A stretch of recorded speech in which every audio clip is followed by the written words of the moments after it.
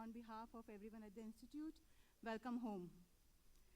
For most of you here, the corridors and halls of IMA recount you of wonderful, rich memories, perhaps even take you back to your initial days of self-discovery and self-determination. As we reconnect and reminisce, our objective here today is to also look forward and to celebrate and extend our remarkable achievements in entrepreneurship and building for most of businesses you here, confidence. the corridors This and is halls the of third IMA IMA Entrepreneurship recount Summit. you of wonderful, rich And if you go memories, by perhaps history, even take you back to your initial then days the of entrepreneurship summits at IMA have been crucibles of path-breaking, innovative interventions that have pushed forward the story of entrepreneurship in India. In our first summit in 2008, we launched the book Stay Hungry, Stay Foolish. As most of you know, this celebrates the incredible stories of our IMA founders, two of whom we are lucky to have with us here today, Mr. Madan Mohanka and Mr. Deep Kalra. We will hear from them shortly. This book went on to become India's first entrepreneurship bestseller and also inspired over 1 million people.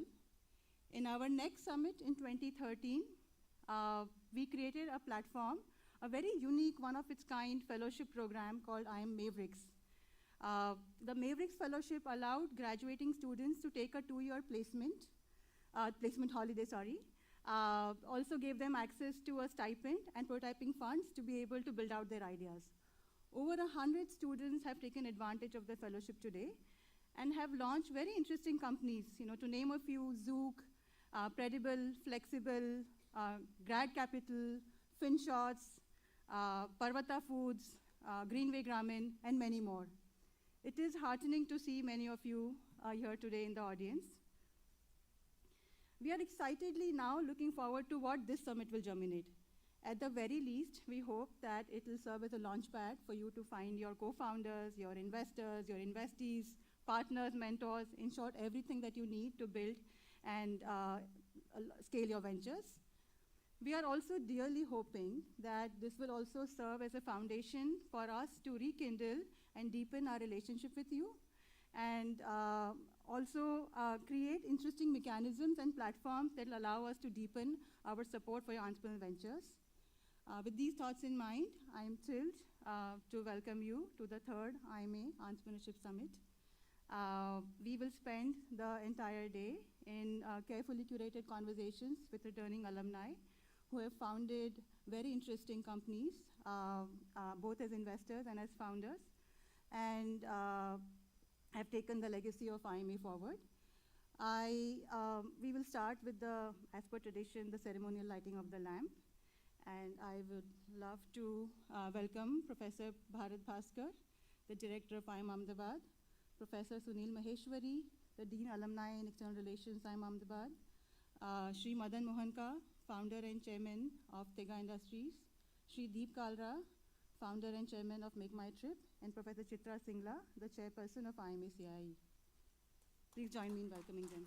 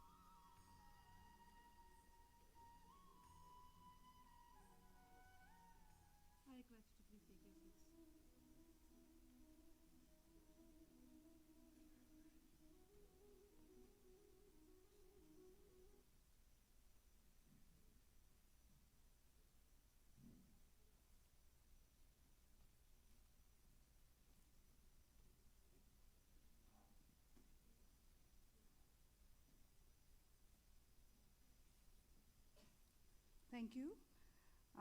I now invite Professor Bharat Bhaskar to kindly deliver the inaugural address.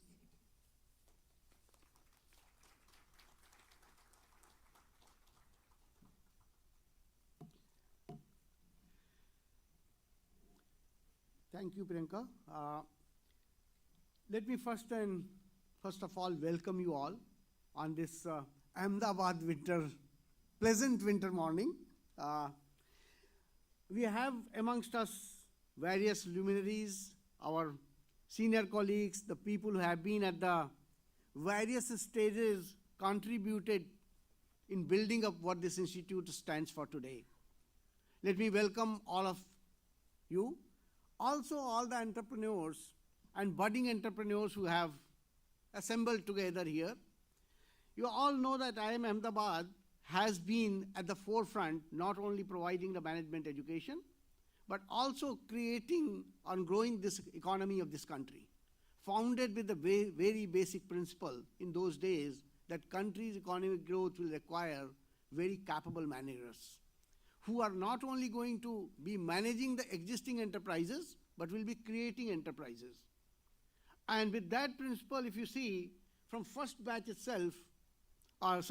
batch itself, we have Sri Madan Mohankaji with us, who has been, I would say, one of the first entrepreneur from IIM Ahmedabad, still going strong for 40 plus years or 45 years and contributing to the growth of the economy of this country. Not only this generation, or the first generation where the economy was very controlled economy, license Raj was there, etc. and so on, people of IIM Ahmedabad began to take leap into the entrepreneurial aspects and created ventures even in that era. As the economy opened up, as the newer uncharted areas of economy began to come in picture, like information technology in itself, the newer kind, because that was unregulated area, many of our people or many of our IIM Ahmedabad graduates also contributed in unregulated environment, starting from Ashank Desai to many more. I'm not going to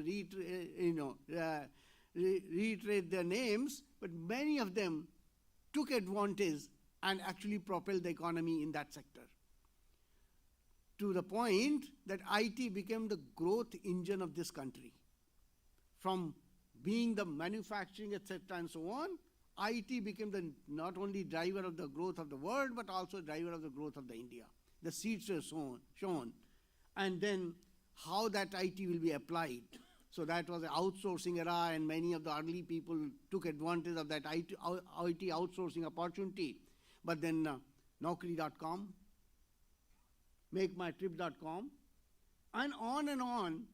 So Sanjeev Vikchandani, Deep Kalra sitting here are examples, are inspirational examples which you can talk about, have created job growth, economy growth, and newer opportunities for creating more businesses out of these businesses. And they have been a great investor and great friends of this institute in creating that kind of environment. IIM Ahmedabad's formal journey also began in entrepreneurial arena. Apart from these pioneers who have been creating the entrepreneurial opportunity in the country in form of Government of India and Government of Gujarat coming together and setting up what we call Center of Innovation, Incubation and Entrepreneurship in IIM Ahmedabad campus itself. And that has been doing a great job, creating, Priyanka had already mentioned lots and lots of ventures, and I think as we progress through the day, people will talk about what all it has created, but we are all aware. Not only it has created those, it has also given opportunity to more than almost what Priyanka just talked about, 100 mavericks, right? Where our own graduates are contributing towards the growth of newer ventures, creation of newer ventures. I think I'll invite all of you to visit the facility of CII today. Not only they have an existing facility which is actually completely full, They have created additional facility supported by Government of India. The Government of India has now created one of the centers of excellence in IIM Ahmedabad. So funded by DST, new center of excellence, the building is ready, the space is ready. It's only inviting all the entrepreneurial, spirit-driven people to come and join the journey of IIM Ahmedabad and journey of progress of this country. Because the opportunities are tremendous. The opportunities are only in this country.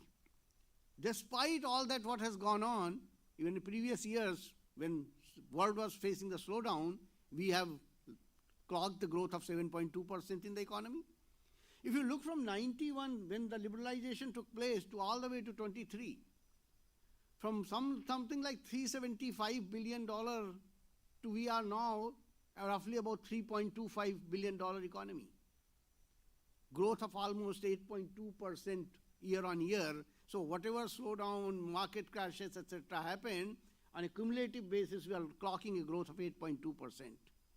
And this is all driven by entrepreneurs. Medium and small scale industry is actually where the entrepreneurship happens, or more experimentation happens, contributes more, almost 48% of the exports of this country. 55 million of those companies are creating about 110 million jobs in this country. So if the job growth of this country has to come, it's not going to come from large corporations. Large corporations are required to do bigger things, but the growth will come from MSME and all these new entrepreneurs. And that is where IIM Ahmedabad wants to continue to make its mark felt and great deal of a contribution in that arena. Also, based on the feedback which I've received, and the growth of our CII, the CII board and CII people have come together and they want to expand this activity by renaming it to IIMA Ventures, which will not only provide opportunities for us, our students, but should become a first place for all the alumni which have gone out in the field and first port of call where they can come and start their entrepreneurial journey. So we welcome all of you to come back and start your entrepreneurial journey here at IIM Ahmedabad's IIMA Ventures arena. As I said, visit the facilities, the state-of-art facility created in this institute, all kind of facilities starting from incubation support to venture support to all other networking support which will require has all been created there. So I hope in future we'll be able to create more and more entrepreneurs out of the IIM Ahmedabad, not only from existing students, from alumni and all other folks who have entrepreneurial spirit in them. They're all welcome and join IIMA Ventures and be here. Thank you very much.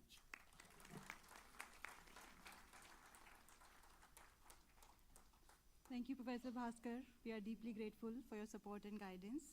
To just summarize and celebrate IIMA's contributions to entrepreneurship and unveil IIMA Ventures, we'll play a short 2-minute video.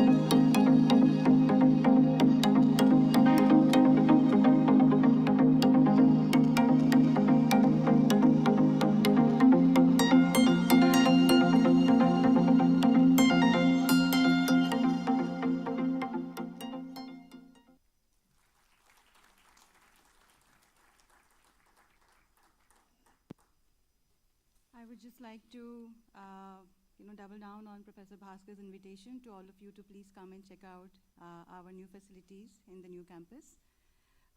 Next, I'd like to invite Professor Maheshwari to kindly come and deliver his address.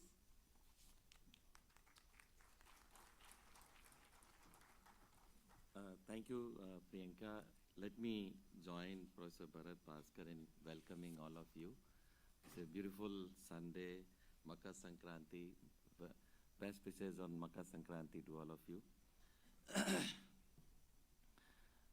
When Priyanka asked me to speak for 10 minutes, I was wondering what to say, that to the entrepreneurs who have done so well. While thinking, I came across one article by Bird in early 90s. It's a very seminal article. I think it has already crossed more than 50,000 citations.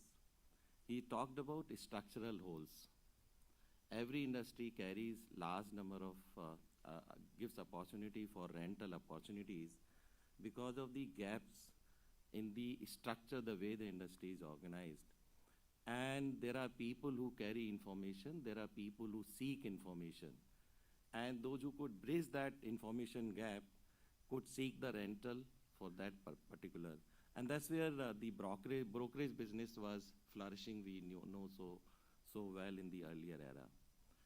Came IT, and I think we got enormous opportunity to bridge that gap with the help of technology.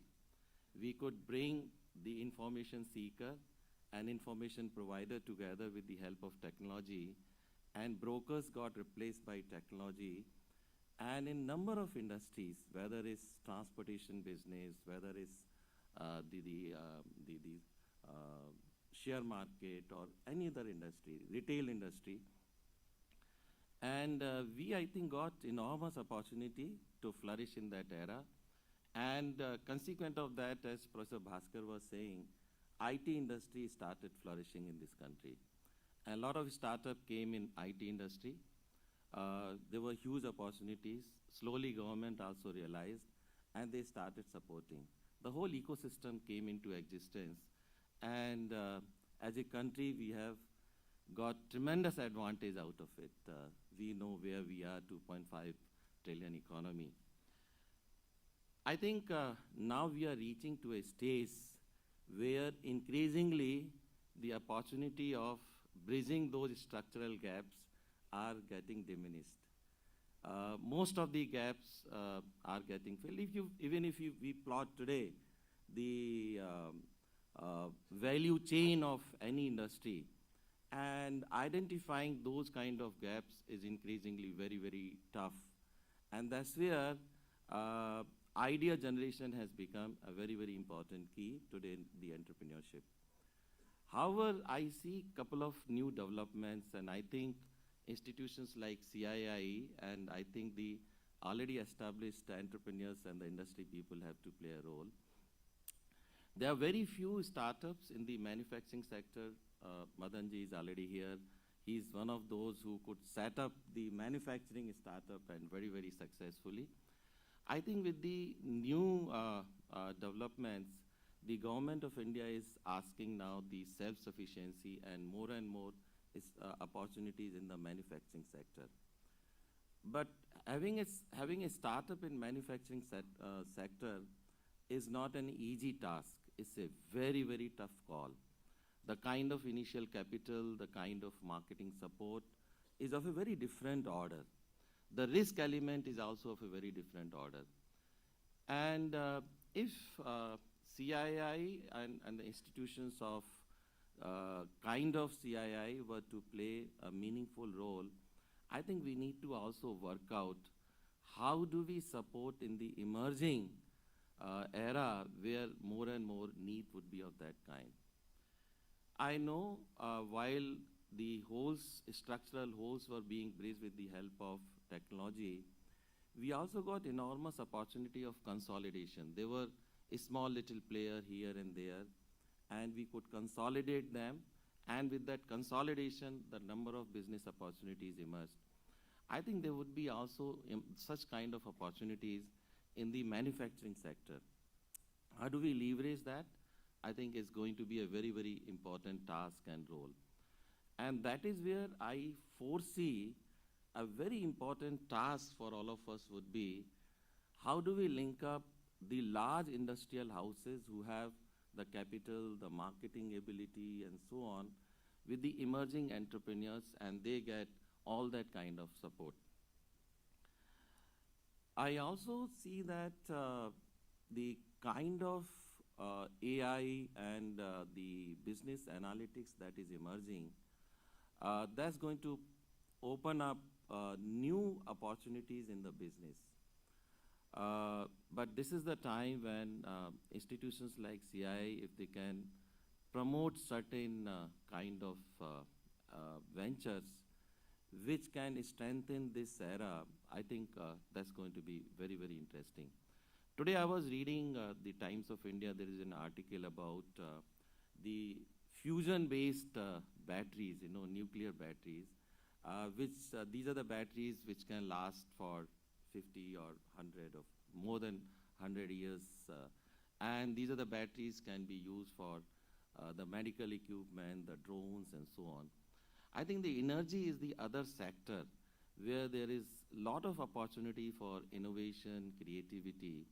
And I think the time that we are going to face with the more and more IT application, AI application, so on, automation, if we can spend some more time, energy, and encourage a little more innovation in that direction, I think the country would be very, very well off. So I think these are the new direction. I wish that CII, it has done an excellent job in its existence so far. But I think with the changes in the industry, the changing in the opportunities that are emerging, I'm sure CII will continue to do its excellent job and address some of these challenges. Wish you all the best for this summit. Thank you so much. Thank you, Professor Maheshwari, for your support and also for guiding us towards new goals. Next, I'd like to welcome Sri Madan Mohanka. He holds the unique distinction as a PGP 67, as one of the oldest entrepreneurs the Institute has produced, and also, as Professor Maheshwari mentioned, one of the rare and handful that have built a thriving and large manufacturing business. Mr. Mohanka will draw upon his experiences of building a large multinational in his talk today. Please welcome. VP Singh is the youngest.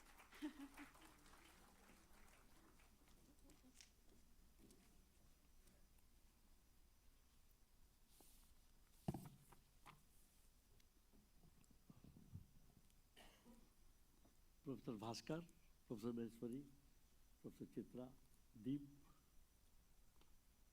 distinguished faculty members who are heart of the Institute, speaker, Iimites, ladies and gentlemen, good morning. I'm delighted and honored to be invited to this conference today, and thank you for inviting me. The basic skills for a startup, what they were in 70s, are the same today, though the issues and the products have changed. You need to have a faith in your product.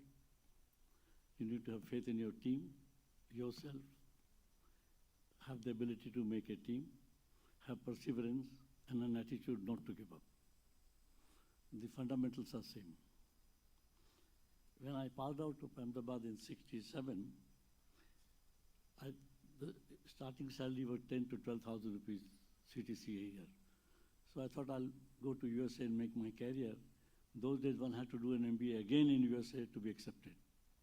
So I made my application and gave it to Dr. Mote to recommend. He said, I will not recommend. I said, what crime have I done? He said, if people like you leave this country, who will create jobs? I never looked back to USA for my career.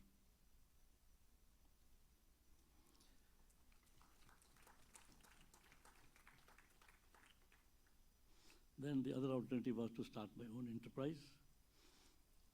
I saw an advertisement of a Swedish company called Skega in a mining magazine, which stated that the product required assimilation of 3 technologies: mechanical engineering, mineral processing, and tribology. It looked to be very complicated, but I thought that's a challenge. This product replaces steel in the mining industry to reduce the wear and improve the productivity of the mining industry by 10%. that was the purpose of this business, that you reduce and improve the productivity in the mining industry by 10%. It required foreign collaboration as per the government laws those days, and it took minimum 5.5 years to get the approval from Government of India. And the approval was granted for a backward area in Kalyani in Bengal, where there was no infrastructure. My goal was to focus on approval and nothing else at that time. It took 5.5 years. You need to have perseverance to pursue it, otherwise it's going to. I didn't only have to pursue with Government of India, but also I had to maintain that my collaborator has an interest, going interest, and they don't drop out. So both sides one has to have to manage it. The foundation of Tega was laid on 15th February 75. 15 days after that, I met a life-threatening accident which kept me in the hospital for 6 months. I used to visit the plant on every Sunday in a non-air conditioned ambulance to see what the work is going on. And then the plant was completed in 9 months by a team. The average age of the team was 24 years, 8 months and 9 days. Because I had a great team which was highly motivated, dedicated, they completed the job. When we started and we were ready to sell, we could not sell anything because there was a big gap between potential and convertible potential. And it took time to sell a new concept of changing from steel to rubber. All customers were public sector companies. At the time of sale, they said, when we buy your product, it performs well. Our company makes profit, but we don't get promotion. Our promotions are time-based, and if the product fails, there will be a vigilance inquiry against me, so we will not buy. There was no motivation to adopt new technology, because in an organization, when the promotion is time-based, not performance, when this is what's going to happen. The same people earlier at the time of survey told me, why do you waste my time coming again and again? You make this, it will sell like a hotcake. The company started bleeding money because we had an entire team consisting of manufacturing, sales, design, purchase, account, operation, everything. And we were incurring high costs. We used to travel 25 days in a month to sell the product. We ran out of money. At times we slept in the railway retiring room, but never gave up because we believed in the product and our team.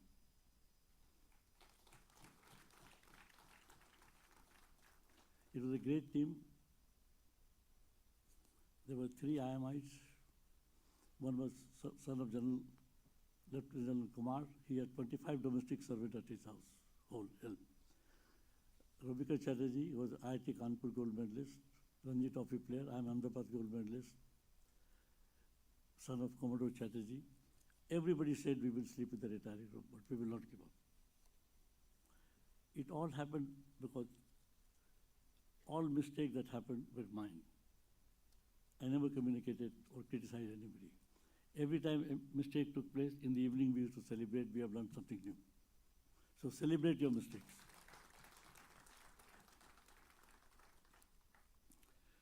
But what we did was to pay the salary of the people on 30th of the month, in spite of the bankruptcy of the company. For this, I sold my LIC policy, my car which I had bought 4 months before, my house, my wife's jewelry, everything. Even our earlier family business was sold and the family broke into pieces. Fortunately, it was brought back together by my sisters after 4 or 5 years. Professionalism and employee first were the religion in the company, are the religion in the company even today.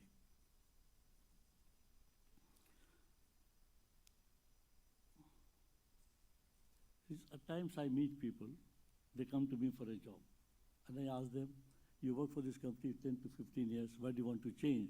He says, sir, I'm married, I have children, so on and so forth. I ask them only one question, are you captain of a ship which will jump out of the ship when the ship is on fire and let the customer die?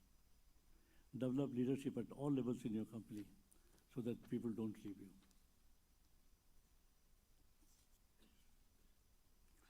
You need to create that culture in the organization when you start. Leadership at all levels.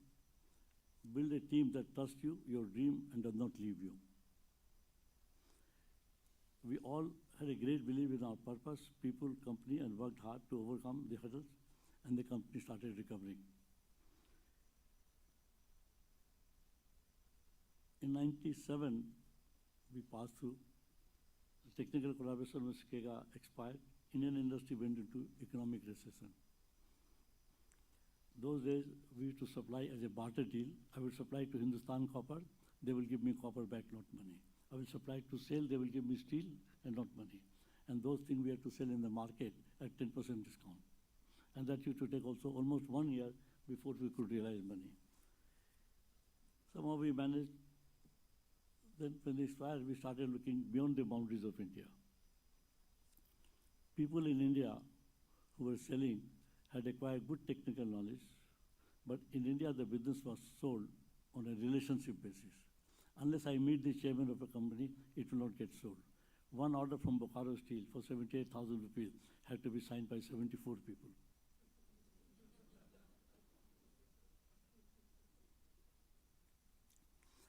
Outside, we never had to meet any chairman of the company. We hardly met manager of the plant. The sale outside India was based on quality, service, delivery, and performance. Our team in India, having lived in various coal mining area, steel plant area, had learned to eat honey, tobacco, you know what it is. It was very difficult for me to send them to USA or to Canada or to Australia to sell. So we hired a new team of people, bright, sharpshooter, and there was a war between two of them. They say, we worked hard for the company for last 30 years, 25 years, and they will take the maza. No. So we started sending both of them together, because one had a technical knowledge, one had a commercial knowledge, but we failed miserably. We did not succeed. People also outside wanted not to communicate with India. It was far away communication from Australia or USA or South Africa. They wanted us to open a sales office in that country where they could communicate easily. We opened an office in Australia, South Africa, USA, and we had our own problem. We are a small, unknown company. You get the worst of the people to join you, not the best of the people to join you. We had to part with them. We had to incur heavy cost to part with them. But we learned from our mistakes. We never gave up. My company in Australia sales office made losses for 8 years. But we didn't close it because otherwise we'll be branded as fly by night. So we stayed on. To overcome this problem, in one of my visits to South Africa with Mr. Naveen Patnaik, he was the mines minister, I met the Speaker of the Assembly and I requested him to make appointment with the mining companies so that my people could come and meet them. So the appointment was made with the purchasing managers of various large companies. My people came to meet them. None of them met us because they were all white. So I didn't know what to do. Instead of coming back home from South Africa, I went to London. So I knew that a gentleman had retired from SCAGA, who used to work in England and look after all the African countries. I went and talked to him. How much money do you save per month? He says, so much. I say, I guarantee that money in your account. Come and work with me. All your expenses are mine. Boarding, lodging, car, club membership, everything. Then I rang up my wife that I've hired an Englishman in London who would work and stay and in India. He said, your father made a mistake. I said, what? He said, he kept your name too long, mother, and he should have made it shorter.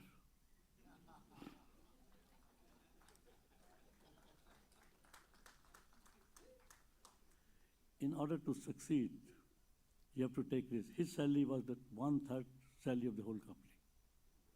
I took the decision that if he fails, I will die. Anyhow, I'm going to die, but if he succeeds, I will fly. So I took the decision to take him. So you have to take a risk when you want to grow or survive. My vision was to sell our liners manufactured in India throughout the world. Customer used to demand delivery in 4 to 8 weeks. And in time there is a breakdown, they wanted it should be made in the country. But 4 to 8 weeks was not possible because 8 weeks was the shipping time from here to Australia or to Canada or to USA. And in South America it was 12 weeks. We had no time to manufacture, so we started booking the order. Every order we booked for 2 years those days, we used to air freight. Air freight costs was almost equal to the value of the order, and the metal went free. But we didn't give up because then we would be branded as a late delivery wala. We kept on and on, air freight the material, and keep on improving our logistics, that how we could do the work in 8 weeks' time. Do advanced planning, do this, do that. All the technique that I've learned in Ahmedabad, I try to use it there. When people told that we don't want the material to be shipped from India, we want to be made here, because at a time of failure, we can get in 2 days' time. Now, that was difficult, so we started looking for companies outside. In 2004, I tried to acquire a company in South Africa. We failed. Same company we attacked again in 2007, and we acquired it. And we kept the owner with 10% equity in the company to support us to transfer all the management, knowledge, skill, contact with the customer. And we paid back the investment in 2-year time. They did a good job. We had our own problem there. When we were trying to change the technology, they registered, what India will change us, what India will do, because the company consists of 80% whites. But we still persuaded them and sold the technology, transfer the knowledge, transfer the technology. One incident happened. One time, one of my colleagues gave an instruction to one of the white, and he tore up the paper and threw it back. I will not take instruction from a black. My God, what do happen? Because 80% are white. What have I done? So I had a board meeting, and the whites were there. I invited that man. I believe you tore up this paper. He said, yes, sir. I can't take order from a black. I said, now you can go. We minuted it. Since the white people had signed the board meeting, I had the possibility to terminate him. When I had a meeting with the workers, everybody, I told him, I'm a colorblind man. I don't see black and I don't see white. I've come here to create job. I've come here to create income for yourself and myself. And then we started working again. So you face some problems which you can't predict before you buy the company. We started growing almost 40% compounded every year. We generated a lot of cash. We didn't know what to do. That is the most risky time in the company when you have too much of cash. So we appointed a consultant. They identified a company for us in Australia. We acquired the company. We kept him for 2 years with us. And also the company paid back in 3-year time. But we could not shift any Indian there to run the company or to manage the company. For 14 years, we have not been able to transplant an Indian to sit there to work. But Indians used to go there only to do the technical selling to the direct customer, because Australians did not have that kind of caliber. I wanted to be number 1 or number 2 in mill lining in the world. If you want to grow, you have to dream big. Dream big means risk big. It is not that you only dream big. We appointed a consultant. I will not name him. They identified a company for us in Chile, South America, because South America consists 20% market for our products, mining market, because they have the largest copper mine. We were in a great hurry. We acquired the company in 2 months' time. 100% equity. The 2 managers who used to work, they also told we will sell it now. Soon I realized this was the biggest mistake of my life. Biggest mistake of life. You should never acquire a company in less than 1 or 2 year time. And operating people, you don't keep them till you take over the complete management, knowledge, system, contact with the customer. But what happened, what can be done? The poor quality of due diligence, working 2 directors left. One of the managing directors did not come to the office for 2 years and were taking the salary, and we did not know that. Home to home was 42 hours. From Calcutta to my office in Chile to take 42 hours of flight. We did not know the language.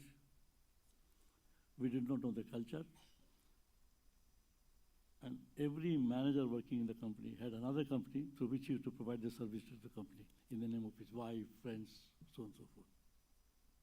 The leakage was so high. And in that country, any case you fight legally, you're losing a war as a foreigner. You will never win any case legally in Chile. But we acquired the company in 2010, December. By 2019, we had incurred a loss of almost 200 crore by sending the metal free from here, all traveling expenses, support, technical support, everything. Everything we did for that company was wrong. Hundreds of mistakes, hundreds of mistakes. Never depend and believe a consultant to acquire a company for you.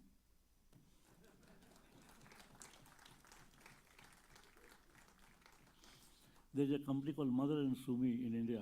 They have acquired 76 companies in the last 10 years. There's a board in the company of the consultant not wanted.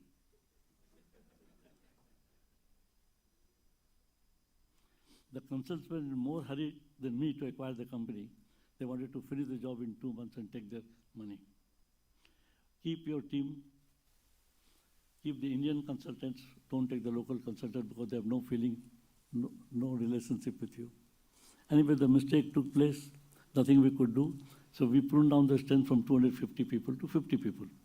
And we thought we will try to get the product made and market here rather than close the company. Because there was a fire in my body that we will become number one day. Let us not give up. Let us try. My son, who's an Harvard alumni, he met an innovator in one of the conferences in Chile. And he sold his dream to him. And we persuaded him to join us. He joined us. And when he told that he needs 50 crore to do the R&D work in the company to get the product out. We had a board meeting and the board told we will not take the decision. It is an entrepreneurial decision. The board will not take the decision. And if I tell the name of the board, you'll be surprised. Dr. Jahar Shah, former director of Ahmedabad. Mr. Hemant Nirurkar, ex-managing director of Tata Steel. Mr. Rudy H., chairman of FL Smith Asia. Mr. Dheeraj Podar, 2006, graduate from Ahmedabad. They told we will not take the decision. This is your decision. You don't know the country, you don't know the people, you have lost so much of money. It is 42 hours from home to home. Why do you want to sink money there? How can I tell what is my desire? What is my mission in life? Then I told, give me 2 hours time. After lunch, we'll again meet and we will decide. I've calculated that if I lose another 50 crores, but the company cannot remit money as per the RBI rule. I cannot transfer money from any of my sales office in US or other places.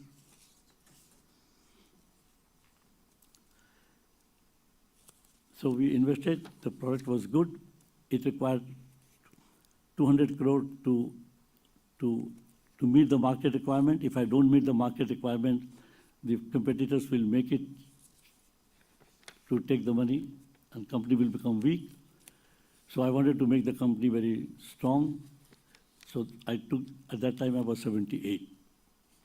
I didn't know to invest this 200 crore or not, take the risk. All the people in the company made a calculation, ROI, fantastic, do it, go ahead and do it. But then I was fighting a battle with myself before I came to the board meeting. If the project report is so good, what is the battle in my mind?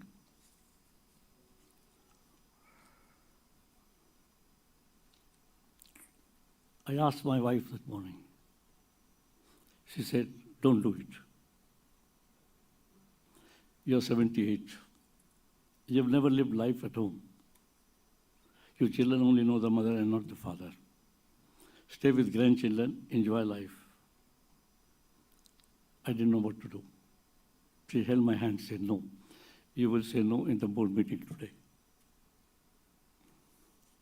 When I came to the board meeting, I told, I'm not sitting here as the husband of Manju Mohanka or grandfather of Arwan or this. I have to make the company strong, that the company can sustain for hundreds of years to come and protect itself from the competitors. Otherwise, they will chew the company. And I took the decision, go ahead and do it.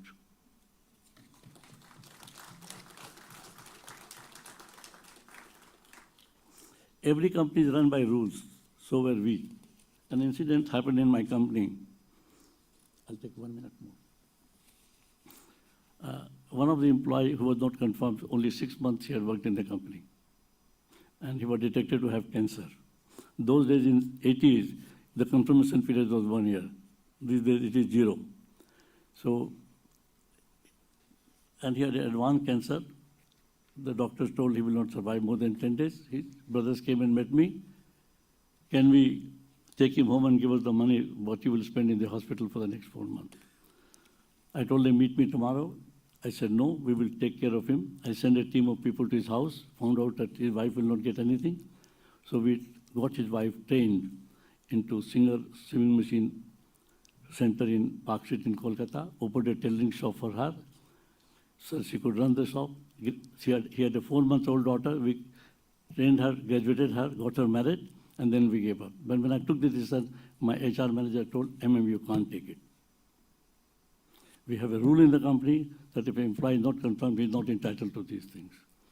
I fought with him. I told, I will take the decision. We will do it. If another case comes, we will see. No other case has come to me in my life of that nature where I had to face it. I did it, and it was done. All decisions that you take in the organization, you follow by rule, but also take the human consideration. All my life, I've taken human consideration as my first decision-making process. Last point. People on the other side of the fence expect a lot from us. They are the ones who create market for us. And how can we neglect them in the short term? Because they are the ones who are creating the market for us in the long term. GDP of India on the manufacturing is only 16%, 17% today. Unless it becomes 30, 45, 40%, economy will not become stable, and lower end of the society will not get employment.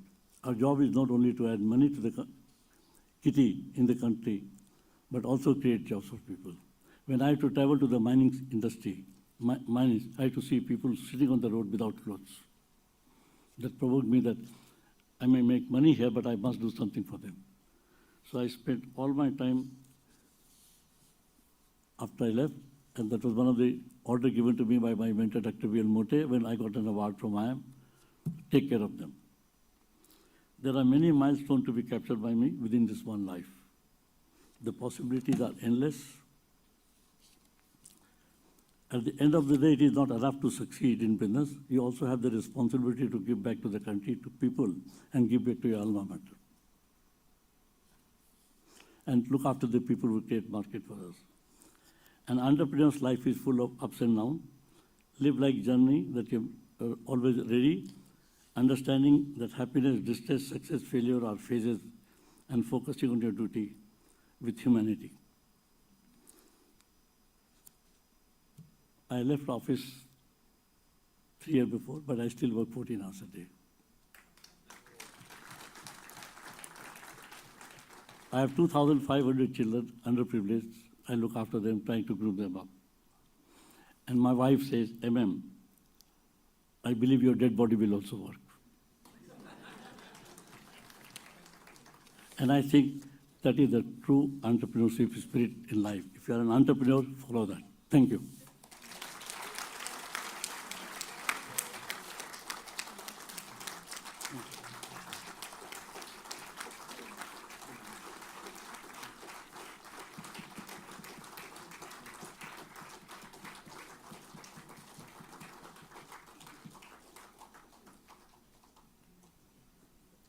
Thank you, Mr. Mohanka, for sharing your incredible story of grit and perseverance with us. I'm sure it has inspired many founders and aspiring founders in the audience. I'd now like to request Professor Singla to please come and share her thoughts on entrepreneurship on campus.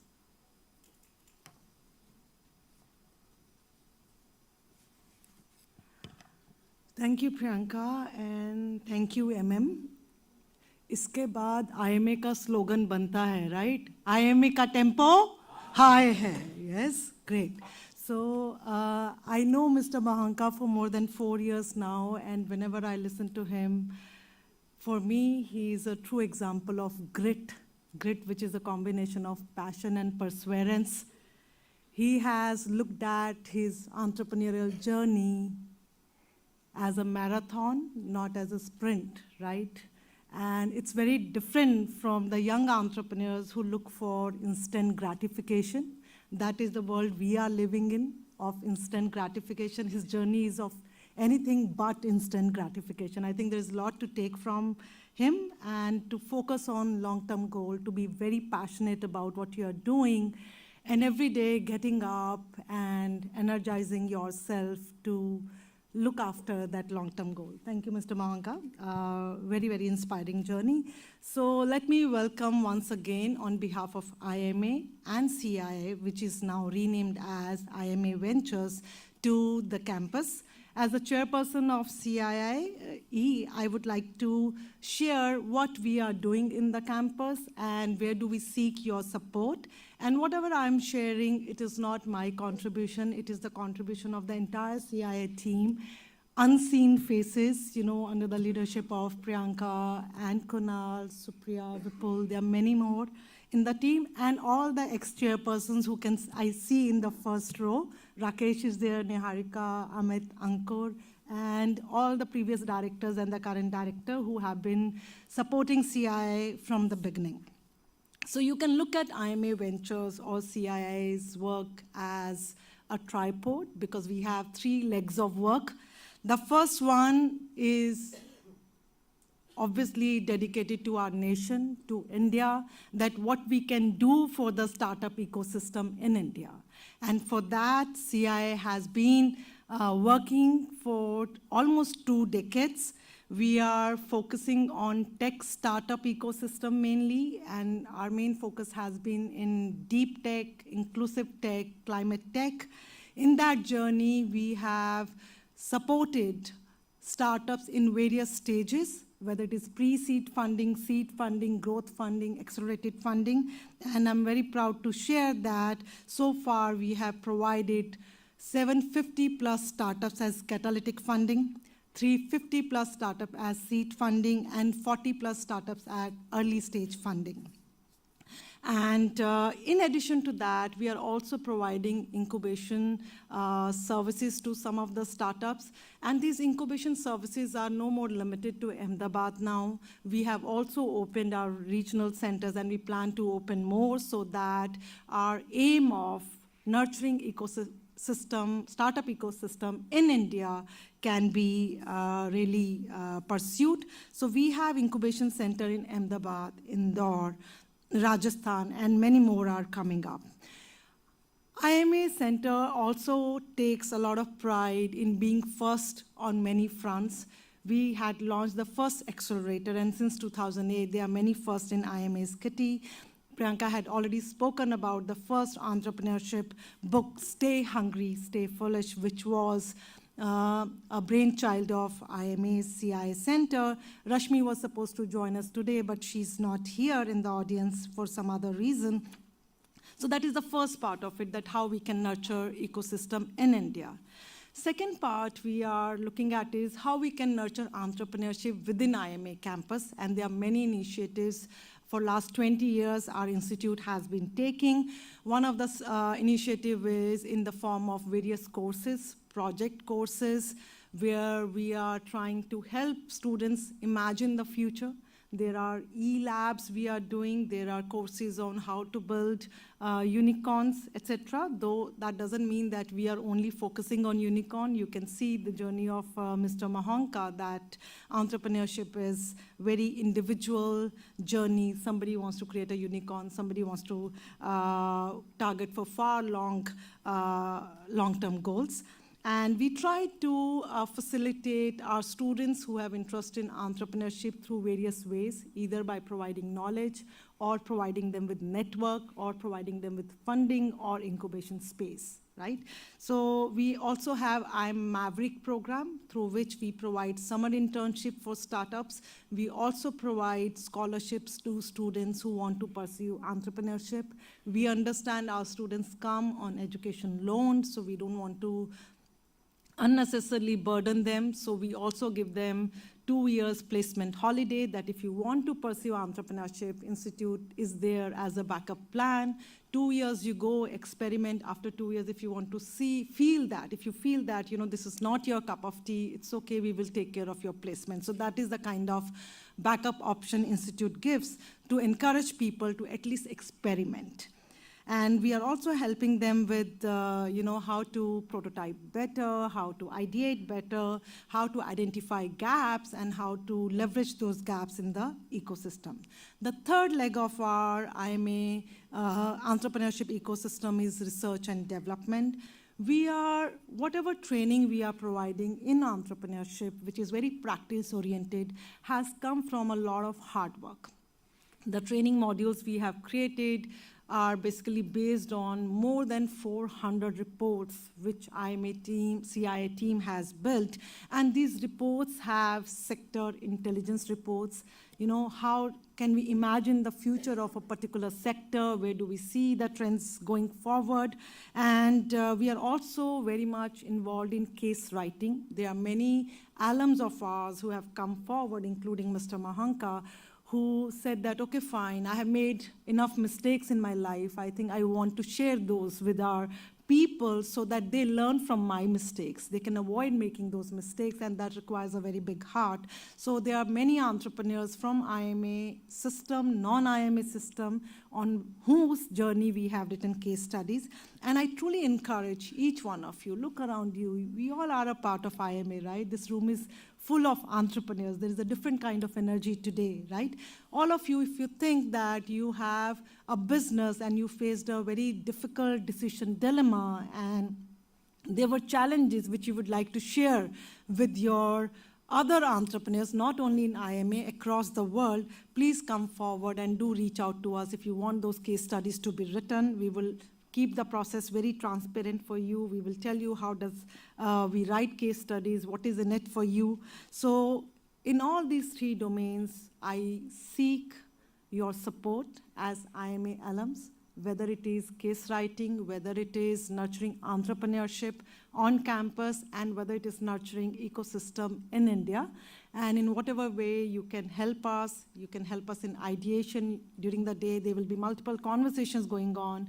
You can contribute there that how can we do it even better, right? So we look forward to those inputs. So last, I would like to say that this is your home ground. If you have that desire to experiment, to explore, to take one step forward in the path of entrepreneurship, your institute is there to take the remaining steps with you, right? But your first step has to come from you. In whatever way we can facilitate the process, if there is a potential in the idea, we will facilitate, because IMA is very committed to entrepreneurship. So in the end, energize, experiment, and explore. Looking forward to the meaningful conversations. Thank you.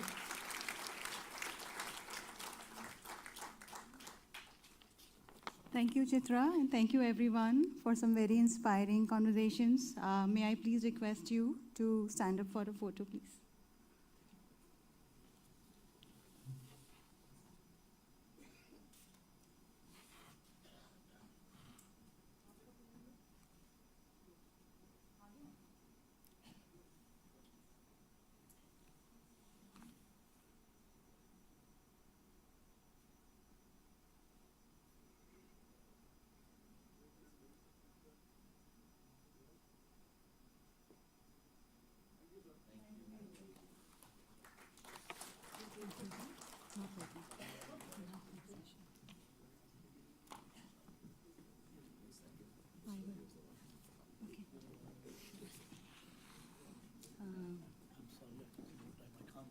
No, that's okay. That's okay. So what's happening?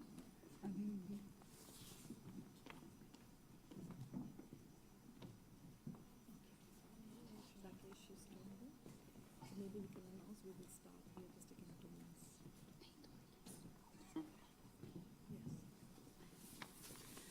minutes. So in true spirit of IMA and innovation, we are going to go a little bit off script, and I'm going to cold call Professor Basant, who's one of the founding members, fathers of CII, to please come and share his thoughts on the scale-up of CII to IMA Ventures.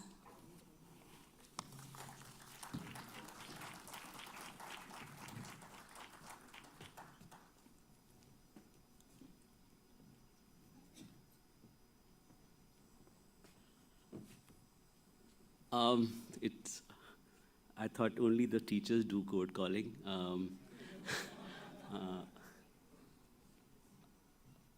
It's a pleasure to be here. I don't really know. As you can see, I'm not prepared for any speech, which is good for you. I mean, as a teacher, as a person who has been part of this institution for a long time, I joined here in '94 and retired a couple of years ago. To see an experiment which started way back in '99, 2000, to grow to this stage is a pleasure which I can only feel, I can't describe. Priyanka said father and all that, those terms are not as meaningful there. In '99, 2000, some 7, 8 of us who were working in the area of innovation and entrepreneurship, coming from different backgrounds. I'm an economist by training. There were colleagues from operations, strategy, agriculture, OB. We came together and said, can we create a research group which will do interdisciplinary research on innovation and entrepreneurship? And that discussion happened for some time. And then we said that why don't we invite people who are entrepreneurs and inventors and policymakers to find out from them what kind of research we should be doing. So we had 2 such consultations in '99, 2000. And the suggestion from them was that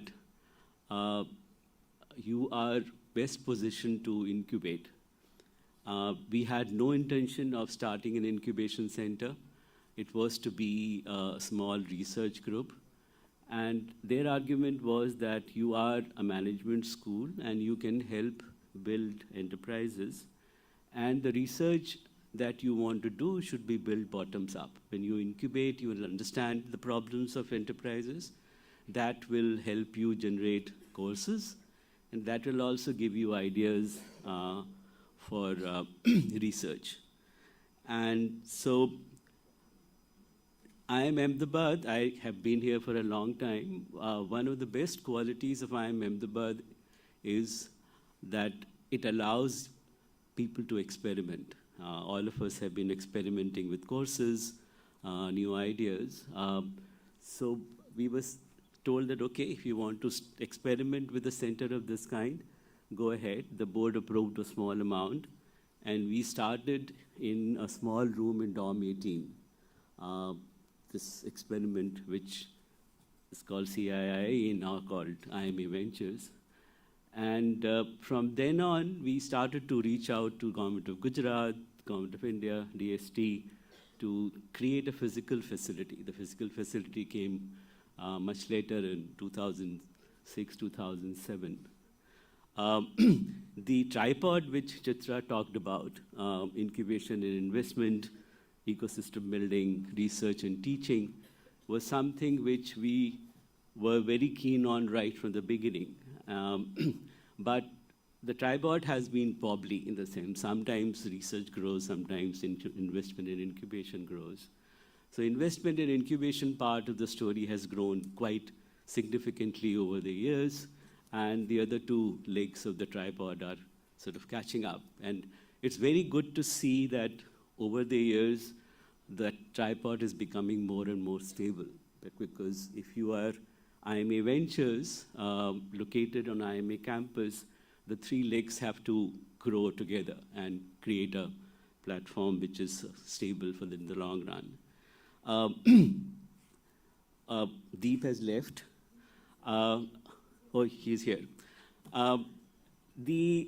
In the true spirit of using alums, and all of you are sitting here, I must say that CII or IMA Ventures would not have been what it is today without the support of the alums. Because if you look at Deep, you look at Sanjeev and so on, there's so many of it. Madanji is also sitting here. But you reach out to them and say, we need this, and it will happen. And I can say that the Alumni Connect for CII has been extremely, extremely strong for a very, very long time. And because of that, we were able to do things which other institutions were not able to do. I'll mention one more thing which is unique to us and which others have not done. I think maybe very few institutions in the world have done. Ours is the only incubation center which also has a VC fund attached to it.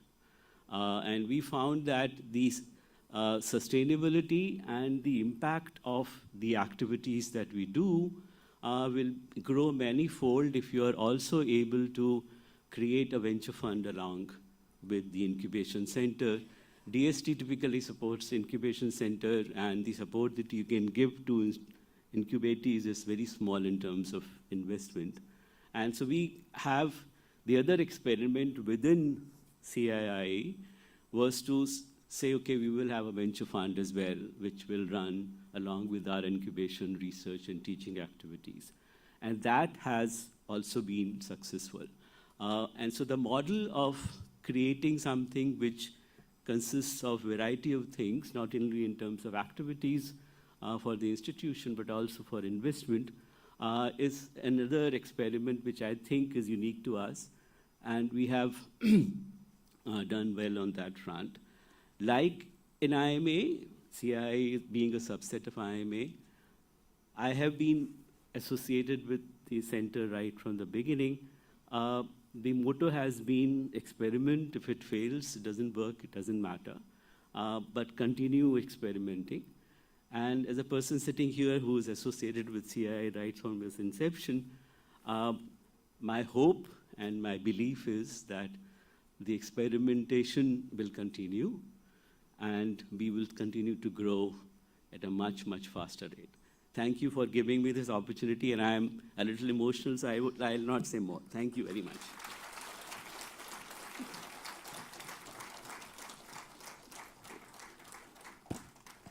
Thank you so much, Professor Basant, and to everyone for such an encouraging start to the summit.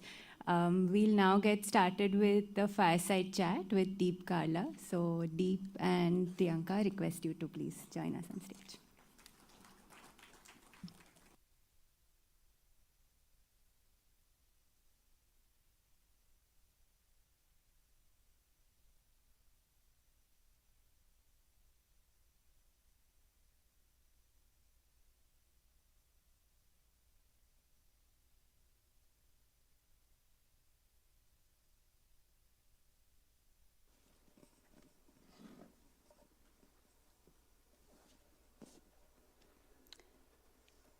So I hope everyone is excited.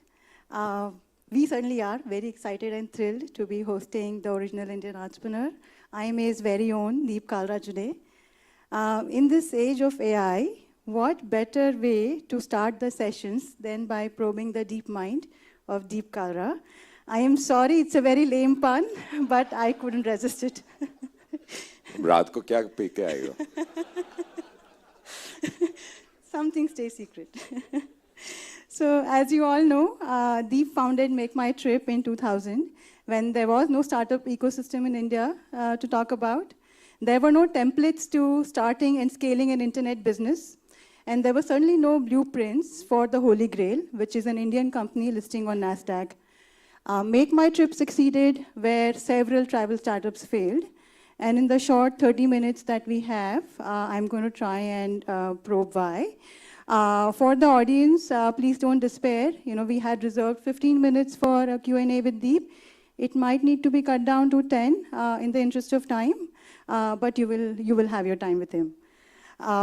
Just to give you some context, Deep, after this fireside, we're going to have several founders from IMA who are building in diverse industries, talk about a variety of learnings, you know, that they have accumulated under 4 broad themes. These are problems, product, people, and profits. Given that you have traversed the entire journey from 0 to 100 and beyond, I will try and touch upon all 4 themes in our conversation. And this is, end of the day, the IMA Entrepreneurship Summit, so we will reserve some questions on IMA for the end. So without further ado, let me dive straight into my first question. You are a legend on campus. what triggered your startup journey, why you chose travel as your industry of choice. The early struggles that you faced and overcame are all part of our folklore. For our conversation today, I want to touch upon a slightly different aspect of starting up, which is your co-pilots. For anyone starting up, problem identification, scoping out the market, your ability to solution are all, in the consideration set. But building is never a solo journey. So how do you know that you found the right co-pilots? Okay, right into it. Before that, I just want to congratulate CII. I think it's amazing what all you have achieved. I got a little capsule last night on that beautiful terrace from Kunal and you, and today we heard it again from Chitra and as well as from Professor Basant. It's quite amazing because I do remember those early days, sir, when it was a little idea. It was a startup, and the company we were thinking about was Biosense. Nice to see you got a 100x return on Biosense, and then Mavericks and everything. So I think it's an idea whose time has come, and really, wherever you're going to take it now, you've really helped a lot of companies. So it feels wonderful to see that idea. I can only imagine how all of you feel. It's like, your own baby succeeding in life. So congratulations to that. Coming to your question, I was foolish enough to start alone. Maybe I'll just backtrack a bit. So I had no aspirations of being an entrepreneur right through my time at IIM Ahmedabad, none. The one entrepreneurship course that was offered, I didn't take that. I wanted to get a good job. My dad came from a private sector background. My mom was a teacher, so I was quite happy to do that. And I joined a bank right after campus. I worked 3 years with ABN AMRO Bank, and I realized while I loved the bank, it was quite a new bank in India, still kind of early days for them, but I wasn't cut out for banking. And I say this because I think it's relevant for a lot of startup entrepreneurs as well as the kind of questions we heard from students yesterday. Secondly, then I took on an entrepreneurial job. I didn't still think entrepreneurship. I brought an American company called AMF Bowling to India. Most of my friends thought I'm mad. I'm trying to change this whole family entertainment scene. But I can't tell you, A, how hard I worked and how much fun I had learning and trying to do something which was clearly too early for the market. Also, building a business based on real estate in India is not trivial because the cost is so high. Learned a lot, learned hustle. Still didn't connect the dots, like Rashmi would say, and figured out I want to be an entrepreneur. But then I started panicking for reasons like my growth had stopped. Intellectual growth had kind of come to a, was slowing down. So I joined G Capital to learn a lot. And this was 99. And there was a lot happening. Firstly, credit to G Capital, to an alumni from here, Nitin Gupta, who was my first boss there, 82. And then gold medalist from here, and then Pramod Bhasin, who later I was working for when Nitin quit. And hats off to them to take a pretty odd CV in, but that's the power of the CV. So if there are alums out here, I always say use this degree, this diploma, or any good degree that you have as insurance, not as a noose. So if it's a noose, oh, because I'm from IIM Ahmedabad or I'm from IIT, I must do this because others are doing this. No. Use it as insurance, especially up to 40. India, I mean, you'll get a job any day. You'll get a great job maybe, but you'll get a job. It's a very powerful degree. My colleague yesterday, one batch junior, Minakshi, said it. This acronym of 4 letters, I don't know how many alums are there. Of course, I've seen Apramey, I've seen Amardeep, I've seen, I think, Amit Lakoti. How many alums here?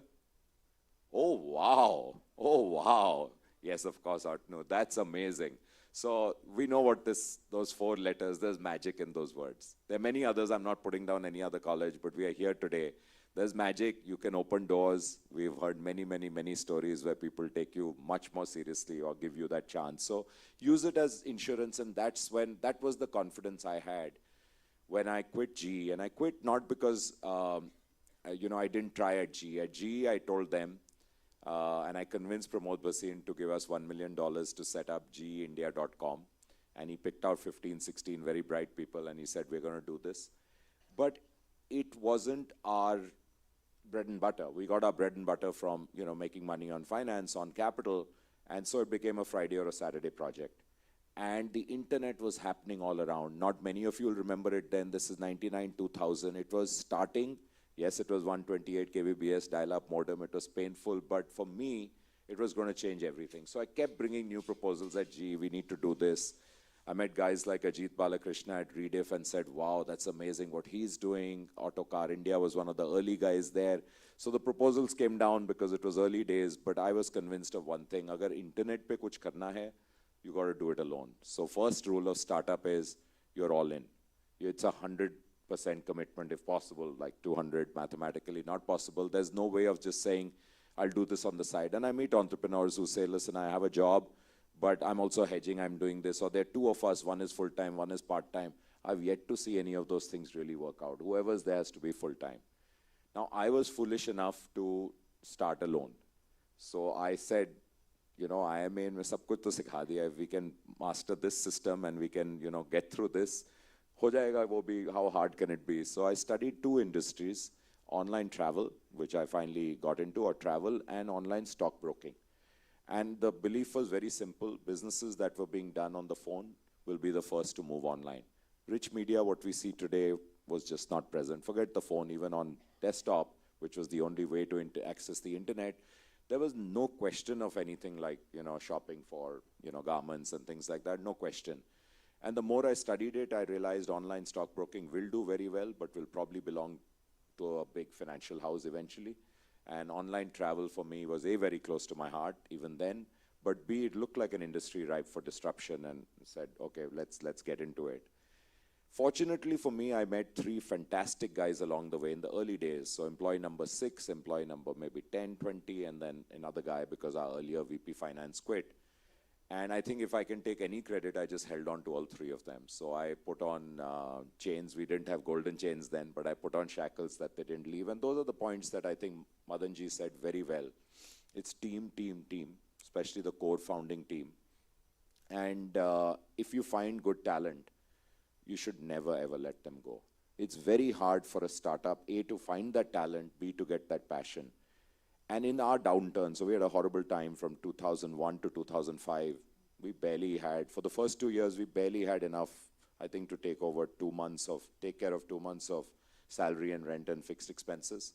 And so it was existentialism for those 2 years. Total cuts in salaries. These two guys who I made co-founders took 50 and 30% cut.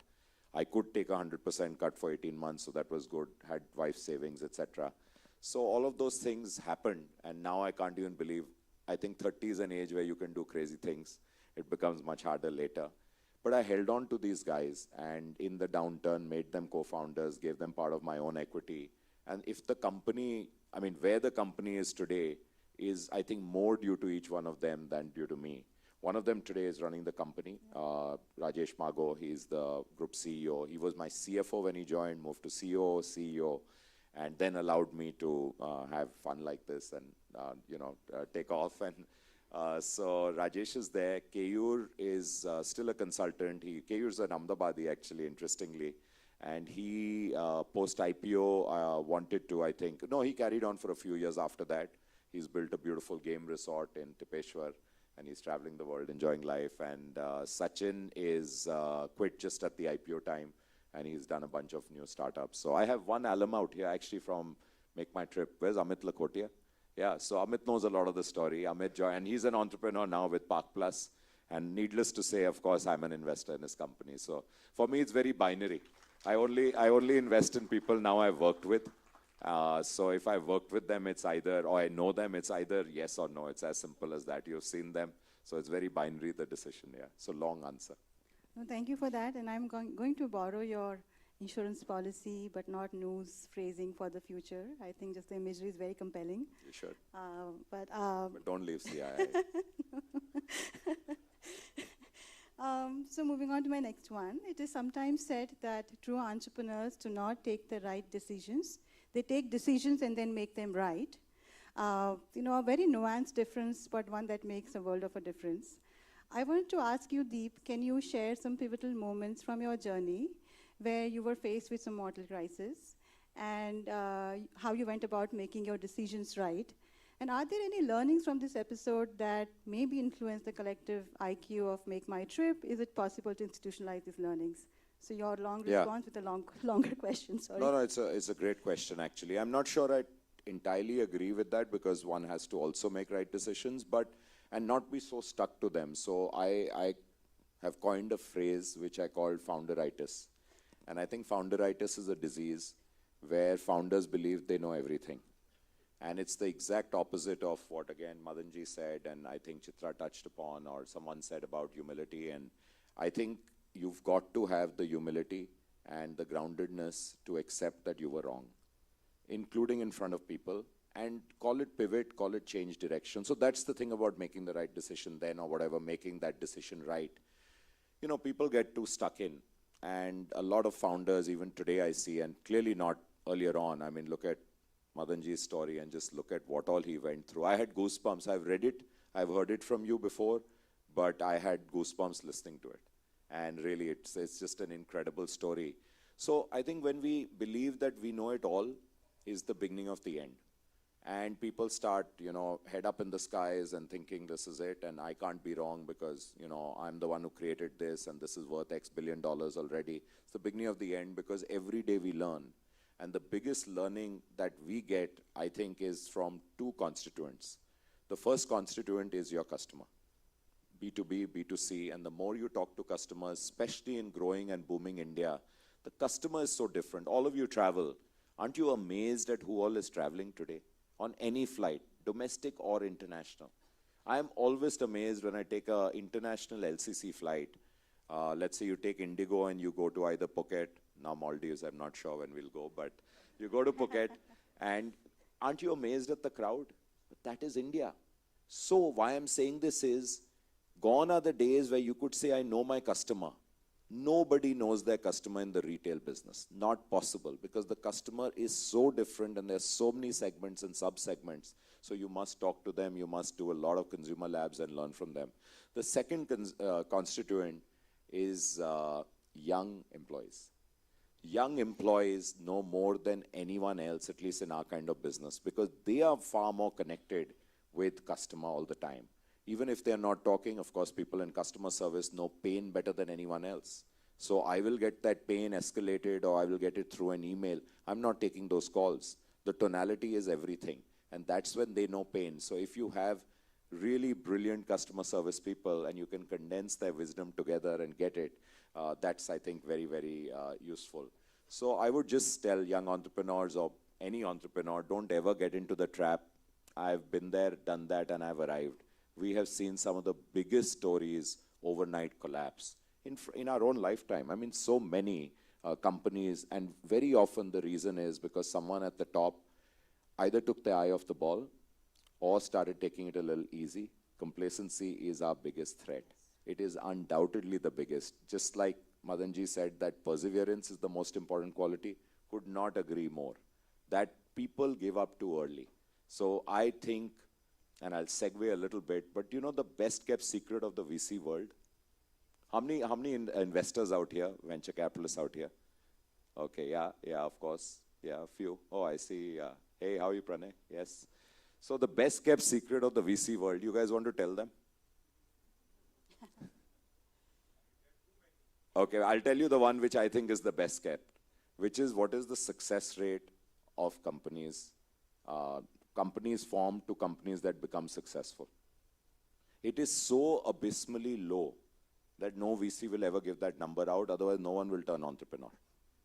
I'm telling you, it's actually 1 to 2%. US, someone did a study. It's that low. Even if you're the craziest gambler in the world, when you hear that number, you'll say, come on, that's not happening. But why? And that is the question to ask. Why is it so low? Even today, when you have the environment, it's maybe in India right now, it could be 5 or 10%. It's so low because of 2 or 3 reasons. And the biggest reason is that people give up too early. They come the first sign of winter and they say, let's call it quits. Especially people from great institutes like this, because the opportunity cost is too high. So I tell all young entrepreneurs, if you're checking in, make sure you have stamina, minimum 4 to 5 years. That is how long it takes for green shoots to show. Sometimes it'll happen great. It'll happen in 2 years. Good luck to you. But if you don't check in with the mentality that I can sustain 4 to 5 years, I fear you might throw in the towel too early. You give up too early. And then you lament and you say, how do you know what you would have created? And I'll give you so many stories. Well, ours is definitely a case in point. We really could have shut down any day between 2001 to 2003. So what we did with these two other guys, we said, listen, so when I received the good news that, I'm being sarcastic, that our first early stage investor, E Ventures, is packing up and they want their money back, that was within 1 year of investment. We had $2 million and they said, we're packing up. You can either shut down the company or you can buy us back, buy us out. I said, if I could buy you out, then why would I have taken your money in the first place? So I learned the lesson of distress valuation then, which through friends and all you learn, oh wow, you can buy them out on the cheap. So I was sure I wanted to continue. I asked the team, we were 42 people in the company then, and that was a Friday, and it was a rare time where I said, come back on Monday. We worked all Saturdays, we worked half Sundays for the first 5 years. I said, just let me know if you're in or out. And secretly, I needed a lot of people to leave, but I didn't have the heart to fire them because that was the only way to survive. And at almost half, we shrunk to 24. So we lost 18 people over that weekend. A lot of heavyweights went because the rule was if you're senior, cuts in salary converted into stock, hence those two co-founders. If you're junior, no cut, but we don't know when the raise will happen. Things are tough, but 3 of us are believing we can take this forward. So a lot of people quit, which is good news. Our fixed costs came down, we could continue. Every month, we would put our heads together. But during the month, we said, if we are in for the month because people see founders and the look on their face. If it's positive, they believe we are going in the right direction. If you have a long face, they believe that nothing's going to happen, right? So we said, if we are in for a month, we are in. Then we would take stock every month of cash position, everything else. Left brain, definitely seeing are we moving in the right direction, the numbers. Right brain is what you call gut and instinct, and that would tell you, yes, something's going on. So 24 months somehow we went through. It was stubbornness, and there's a fine line between stubbornness and perseverance. And actually in hindsight, you come back and you say, it was perseverance. At that time, it is stubbornness. All entrepreneurs have to be a little thick-skinned. All entrepreneurs have to have self-confidence, but let's not mistake that for lack of humility. So I think all these things go into play. And the guys who were giving, these two guys and the third guy later, were giving me so much during that time. They felt for the company with the same kind of passion. There was no way I could not make them co-founders. So when you find people, and I'm so glad I did it early, there was one more guy later on, and I wish I could have done it, but then it was too late in the day. And then it also has ramifications And after 10 years, he worked with us 10 years, phenomenal guy, Mohit Gupta, and then went to Zomato, helped them go public, helped us go public for sure. And he's become a founder now on his own right. He's doing his own thing. So I think it's very rare when you get that talent, grab it, make sure, understand people's hot buttons. That is why EQ is far more important. IQ is a given. EQ is far more important as you go up and try to build a company, build a team. Thank you for that, Deep. So, as you know, we've worked very closely with over 1,500 startups at CIE, now Iima Ventures. And what we've come to realize is that product market fit is a very elusive concept to fathom. Many founders talk about it, but very few really understand it. The other thing we've repeatedly seen is that it is also a very impermanent state of being. Just because you found it once doesn't mean that you'll have it forever. So how do you know that this is the product that I now finally have a defensible PMF that I can scale? And to your earlier point about customers, how can you establish that this is my core customer? Is it just a moment of epiphany, or is there a structured way to discovering your core customer? It's a great question again. I think you're right. It's not a given that if you get it once, it's not one product. So Make My Trip is definitely not one product. When we launched, it was one product, and that one product was flight bookings. Actually, in the initial days, it was just NRIs coming to India because India wasn't ready to buy online. And at that point of time, similar thing happened. There were at least 19 other travel startups, and all of them kept pouring more money into the Indian market, expecting that more money will do something. It wasn't the era of discounting, so it was just, that horrible thing hadn't started. It was just about pour money and advertising and it'll happen. And we were creatures of analytics, and we just looked at the numbers. And the numbers were showing that India, very poor conversion rate, lots of lookers, very few bookers. US-India market, NRI market, much better conversion rate, getting better because people were already comfortable on the internet. They knew if something, if there's a problem, I can, block the charge, I can reverse the charge, I can do those kind of things. There's protection there in the US, there's Better Business Bureau, etc. All those gave a lot of confidence. In India, people were not ready to drop their credit card online. So that first product in India was flight bookings. And we were very confident. Why? Because I just looked at the ways people could book a flight in India. And the alternative was so painful and so laborious. Because, or I should say so laborious, and our alternative was basically giving people, addressing the biggest concern. The biggest concern, we did a lot of research on this, was, is my travel agent giving me all the options? One concern. There were only 3 or 4 airlines. Second concern, is the travel agent charging me the right price? There's no MRP. This changes every minute, as we know. There was 2 big concerns. And so when you spoke on the phone, or even you went, the suspicious people would go and sit with their travel agent, but it's a green screen and it's a cryptic screen. They don't really understand what's happening. What we said was, we're going to do 2 things. One is give all the choices, so selection. Selection is key. And secondly, you will make that, therefore you will make the informed choice. Do I want to save 1,000 rupees and go, call it low cost, or go 5 a.m. in the morning? Or do I want to pay 1,000 rupees more and get extra leg room, get a meal, get everything? But you got all the choices. You could rank it according to price. Even our first product had similar stuff. It's far more sophisticated now. And it was a eureka moment then. Because whoever said that said, and credit card guarantee. So that was a very important one. And our tagline in the beginning for our ad was very simple. If you find a cheaper fare, we will give you twice the difference. Because we were getting the fares from the airline. And there was no way someone could give a cheaper fare because these, again, discounting and all that malaise hadn't started. So there it clicked instantly, and we clearly saw that the market loved it, and we did a lot of consumer, again, testing. But now it's become far nuanced and trickier. So I'll give you our most recent successful product launch was last year. It was a product called Fairlock. And maybe some of you have used it. We think it's a really cool product because it's based on data science. Concern area, what to consumers, what was the problem? Fares are moving. How do I lock in the price? So we said, obviously we can't take that risk on our own because if fares move down, etc. So we said, let's look at all the data. 30% of India is traveling with us today. We have tons and tons and tons of data, process that data, and what are the chances of fares moving up or down based on trend, and we built a pretty complex model on this. We have few people, PhDs, who only do this, and they're phenomenal.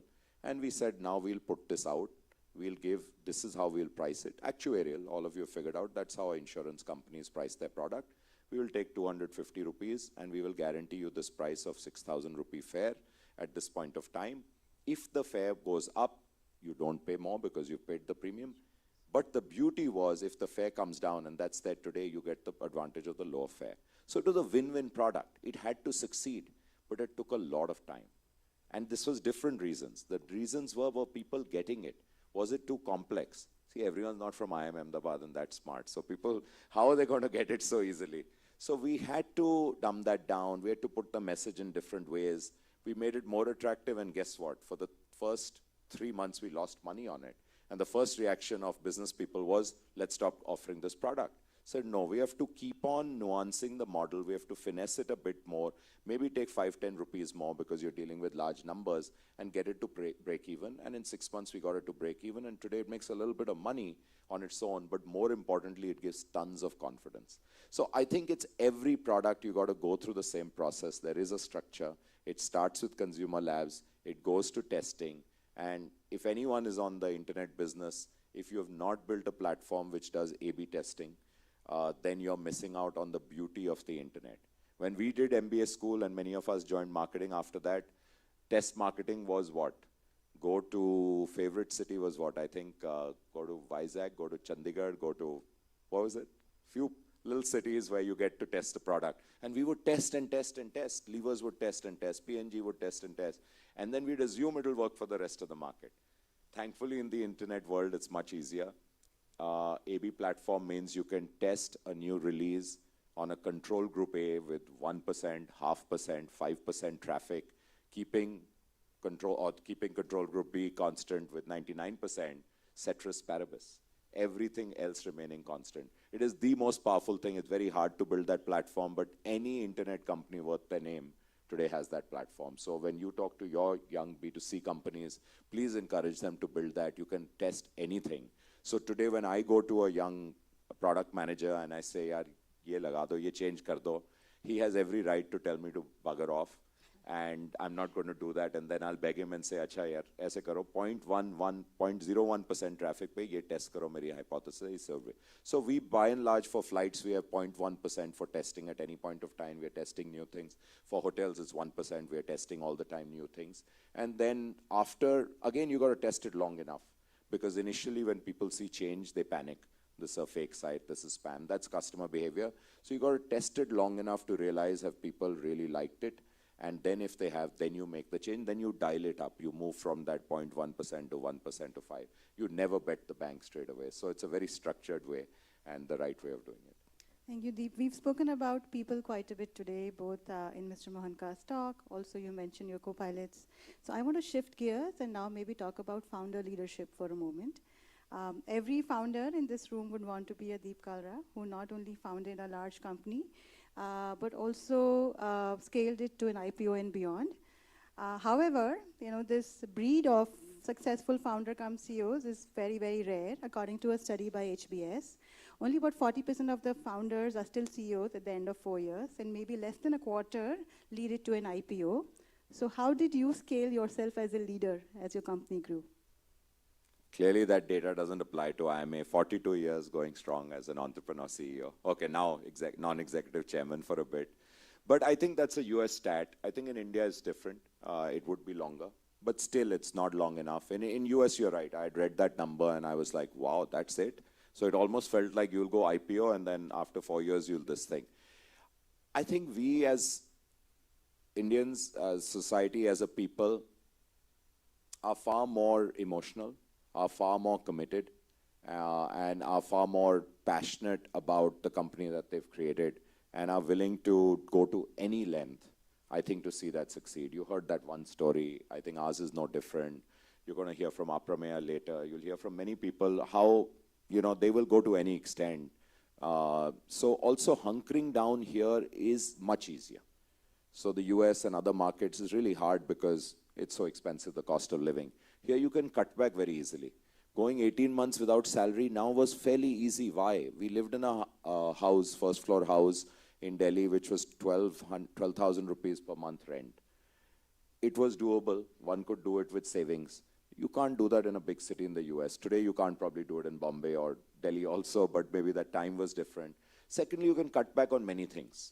You can really, people go and stay with their parents. Sanjeev famously says all the time he started Naukri at the garage. I think that was his parents' garage or whatever. So I think you can do these crazy things, which is very hard to do in markets, which is this thing. And that's the beauty of India. Also, I really feel that as a race, we are just far more resilient. Pride is very important too. The fact that failure is a bad word in India, we say, maybe also works to a positive out here. So where people say never give up and never give in. So I think all these things, Priyanka, play a role for people to actually challenge that maxim out here and go ahead. I took it naturally one step at a time, but I was also very acutely aware that at some point of time, someone, and that was probably Rajesh, would do a better job, and I would do a better job so for the last few years, I was executive chairman, full-time, and he was CEO. It was also logical growth for him. I also realized my own shortcomings. My attention span has got shorter and shorter. I would probably, if I tested, I would have ADD. I get bored very easily, I'm telling you. So I was realizing that I have these things I'm not able to go through. Like first 5 years after IPO, and we listed on NASDAQ, every quarter we were on the road for 1 to 2 weeks, meeting investors from 8 a.m. to 6 p.m., going to a new city every day, the most exhausting part of thing. I did it for 5 years, for 20 quarters, and then I just said, listen, I'm going to cut back on this. I'm going to do this less and less.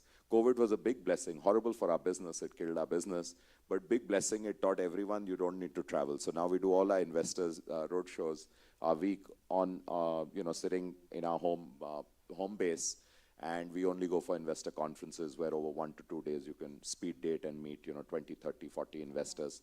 So I think you have to realize what your motivations are. But my motivation to be involved with new features, new products, design, people, that didn't come down. So that was still exciting. So I continued doing that. And then finally a year ago, a year and a quarter ago, I actually wanted to spend more time on non-monetary pursuits. So I have now chosen to be non-executive and convince the board, convince Rajesh. So I'm around. If I'm in town, I go in twice a week. But I spend a lot of time with young entrepreneurs, with some NGOs, causes. So just having fun, a lot of travel. So I invite you to come and have fun with us. Yeah, anytime, you know I'll be here. Yeah. So in the interest of time, I'm going to jump right into the IMA round. And this is a rapid fire round. Most of the students and alumni here could possibly relate. लीजिए, please. So favorite professor? Oh, I met him yesterday. Professor A.K. Jain. Dreaded him then, was so fearful of them, and love him today. Love him today. Your least favorite course? Least favorite course could have been that SMDA statistical data at that point of time, but God bless him, great professor. When did you miss a 11:59:59 deadline? I've been told that's a thing at IMA. I think I did a couple of times, and I had the same excuse or the same reason as you had when you made those funny comments in the morning, most of the time. So, What was your dorm name? short enough not to get bastardized, so luckily Deep stayed Deep. But later on somewhere, we had another guy in the batch who was DK, though he was Deepak Sharma, but he became DK. I think Vinay was DK, right? So luckily I didn't get that, but now a lot of guys call me DK. Sure. So Oh, we had another one, sorry. Anyone who came from St. Stephens in our time got ragged on campus a lot. So I don't know if there are any Stephanians out here, but we got ragged because whatever, so we all called pseudos there. So. One unique learning from IMA that helped your entrepreneurial journey? I think the confidence, really. So one, it's the greatest leveler. You get into IMA, it's a great feeling because, wow, you cleared, you got into the hallowed portals. You come here and you realize just how not bright you are. When you see, I was nowhere close to the brightest guys in the batch. And you see the ice calls and you just see, it was unbelievable how smart they were. And some of them, actually half of them didn't work that hard. Or I don't know when they worked. They were just so cool and calm, and they played every sport, and they had all the fun, and they went and aced the exams. So it was just unbelievable. Got rems from them. I had 2 ice calls, both very dear friends of mine in my dorm, and they literally helped me pass, I think, a lot of exams. But yeah, so I think that a great leveler. You stay grounded, you never forget how smart is. And second, the confidence then to take on. If you can go through this, I think the first year is pretty tough. You go through the first year, second year you learn how to ace the system. You also get comfortable wherever you are. Then you can take on anything. So that gave me a lot of confidence when I started Make My Trip. That saying, how hard can it be? We've learned structure. We can break down complex problems into simple ones. We'll take it one step at a time. Okay. So my final one for Deep is, what is your vision for IMA's entrepreneurial community that consists of students, faculty, founders, investors, and also us? I guess to become a mini ecosystem, to become a platform, really. And, you know, I think CIS said that very well, and we had some chat yesterday. I would love to see that happening. I'd love to see more and more entrepreneurs coming out of here. It's a bit of a contradiction, because it's no secret that folks who pass out of here get the best jobs, or at least the best paying jobs, which need not be the best jobs. So opportunity cost is very high. But what has changed over the last 10 years in the country is that I think entrepreneurship is now considered, you know, a very good, respected place to try. It's not like something you did either because you didn't get a job or because it was cool and sexy. It's neither. It's grunt work. It's hard. And the hardest part of being an entrepreneur is not the stress of day-to-day making sure the money. I mean, for me, I can tell you, what kept me up at night at that point of time was not that we might fail and I'll have to find something else, but the 23 other guys at that time, and then later 100 guys who believed in me, reposed their trust in me, and thought that I knew where I'm going, and therefore I couldn't fail for their sake. That's the real stress of an entrepreneur, that you're carrying the weight. You know, that's your cross to bear, and you're really carrying everyone's weight. I think that is the real stress. So it's not easy by any stretch. So get into it only if you're ready for that part. Thank you, Deep. And the floor is now open for audience questions. Right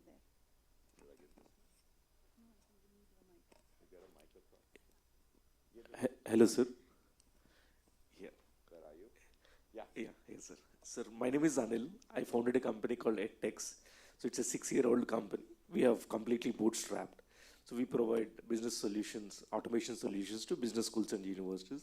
Even I am on the board, has been my customer for the last 8 years.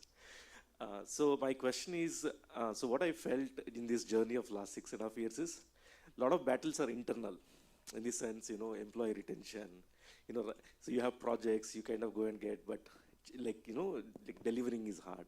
So what are your suggestions in terms of what kind of people do you have to hire, and how do you kind of solve this problem of retention and then taking them forward? So if you could kind of put some thoughts on it, that would be great. Sure, and congrats on what you've built. So I think we have to do a dispassionate, the SWOT analysis, just strength and weakness part on ourselves. Everyone should know that, and especially when an entrepreneur. So you need to know your strengths, but you need to be acutely aware of your weaknesses. And those are the areas you have to buttress and fortify. So let's say, if I was to redo another venture, I would start with one co-founder. So it would be a team of 2. I think that's the right number, and complementary skills. Some say 3, but I think 3 leads to its own complications. So 2 is nice, equal partnership. One is everything commercial, the other, guy or girl is everything tech, and that in our kind of business, and that becomes the broad construct. So I think you've got to figure out what gaps you have and fill in those gaps with the person. Like I said, if you get, competence is a given, right? There's no question of not getting someone competent. But the tougher one is to get is alignment of values, alignment of, what are you building for and what is that person building for? So, if you're chasing the right dream, which is I'm going to build the best product in this business and everything else is a byproduct, but I want my product to be world class, but the other person's in it for the money, it's not going to last. So you have to be very clear, and people will never say they're in it for the money. So you have to understand what are their motivations. So I think motivation match, wavelength match, but different points of view. Conviction is very important, arguments are very important to come to a right decision, but the right way of doing it. So it's like, why do you make 5 great friends on campus, but you don't get along with everyone else? So we were talking about dorm culture yesterday with the students. You won't love everyone in your dorm, but you'll make some phenomenal friends, and the dorm will be friends for life. So I think it's that kind of thing. It's the co-founder decision is almost like marriage.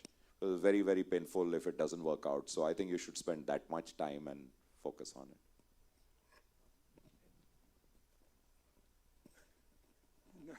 Is it okay? Yeah, no, of course. Okay.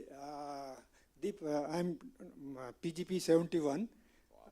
And I was also president of IMA Alumni Association 1985, 89, 87, which post was abolished by IMA.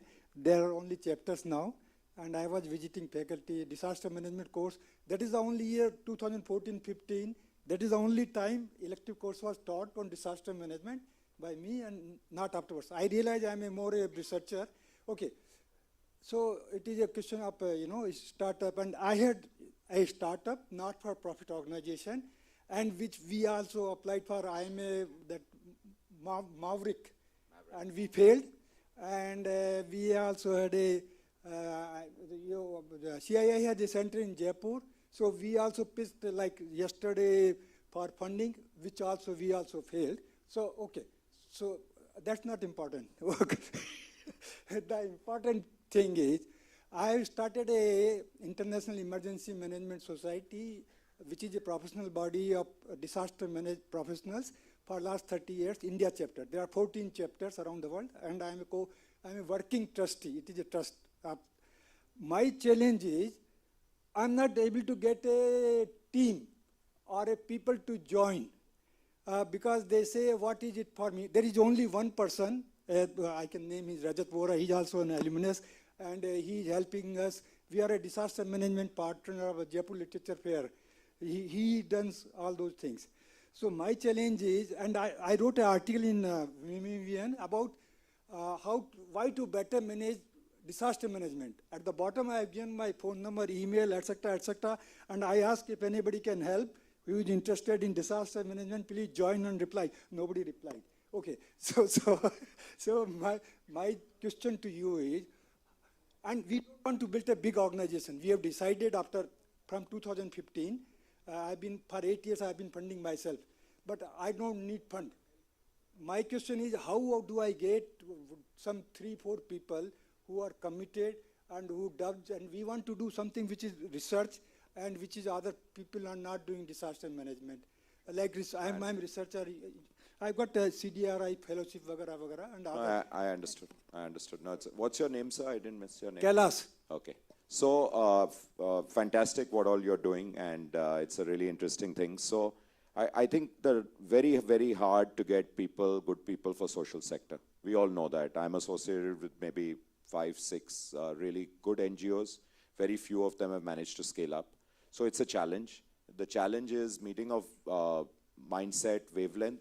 Also, social sector can't pay as much as the private sector. It's a known thing. So things are changing. So I would leverage LinkedIn more than any other place. You have to put it out on LinkedIn, the job opening. Today, the first place that youngsters or anyone looks at for jobs, youngsters particularly, is LinkedIn. You have to describe, you have to have a very crisp job description of what you're looking for, give the salary range, what you can pay, what kind of experience, what kind of age. I believe you'll get at least good prospects. You know, you've written in Vivian, and sorry that you're disappointed, people don't write. They're not the people. Yeah, okay. So people are not looking for jobs when they read Vivian. People, when they come to LinkedIn, are typically looking for jobs or connects. So try LinkedIn, put a very crisp job description, take 2 days to make it very right, very good, and then, you know, you might get some traction. Then you'll have to interview.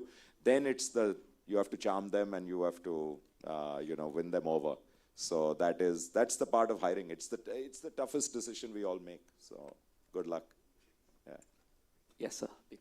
I'm Dr. Kannan Girish. I'm a psychiatrist. I run a startup on school mental health programs across India. We are a part of Make My Trip. At least 48 lakhs is our travel revenue we give it to Make My Trip. Thank you. On flights, we make 1%. Huh? Yeah. I just want to tell you. Yeah. And in that 48 lakhs, I really want to say we have never spoken to one customer service person at all. It's just been done completely, and we don't know who's running it, but it's just fabulous. The hotels are booked through them. So my question is two. First one is, you're making profit. Airports are making profit. Why are airlines other than Indigo all going bankrupt over a period of time? And if you look at Vijay Mallya, so successful entrepreneur, ended up where he ended up. Very sad to see the way Naresh Goyal was pleading in the court a couple of days back, you know, saying that I want to see my wife, you know, just, you know, make me die. And he was one of the most celebrated entrepreneurs for 15 years with what he did with Jet Airways. Akash has gone the same way. Goar has gone the same way. Not yet. Not yet, yeah, not but yet, still. yeah. No, I actually think Akasa is a really good team, and they do. But I got your question. Yeah, is there something that Indigo is doing so beautifully I got that they're able to do? So that's the first. And the second one is, if you restart your entrepreneurial journey today, what would you do? I'll give you brief answers. It's a good question. So the toughest industry in the world might be running an airline. Please sit. I think Warren Buffett famously said, the fastest way to become a millionaire is to start a billionaire and then start an airline. So it's a really hard business, and the reason is it's very cyclical. Typically, airlines tend to get fat when they're doing well, which means they hire up a lot of big CXOs, etc. Full C-suite becomes very heavy. Fixed costs go up very high, get a lot of planes. So planes, as you know, the biggest cost, the variable cost is the fuel, but the fixed cost is also the lease.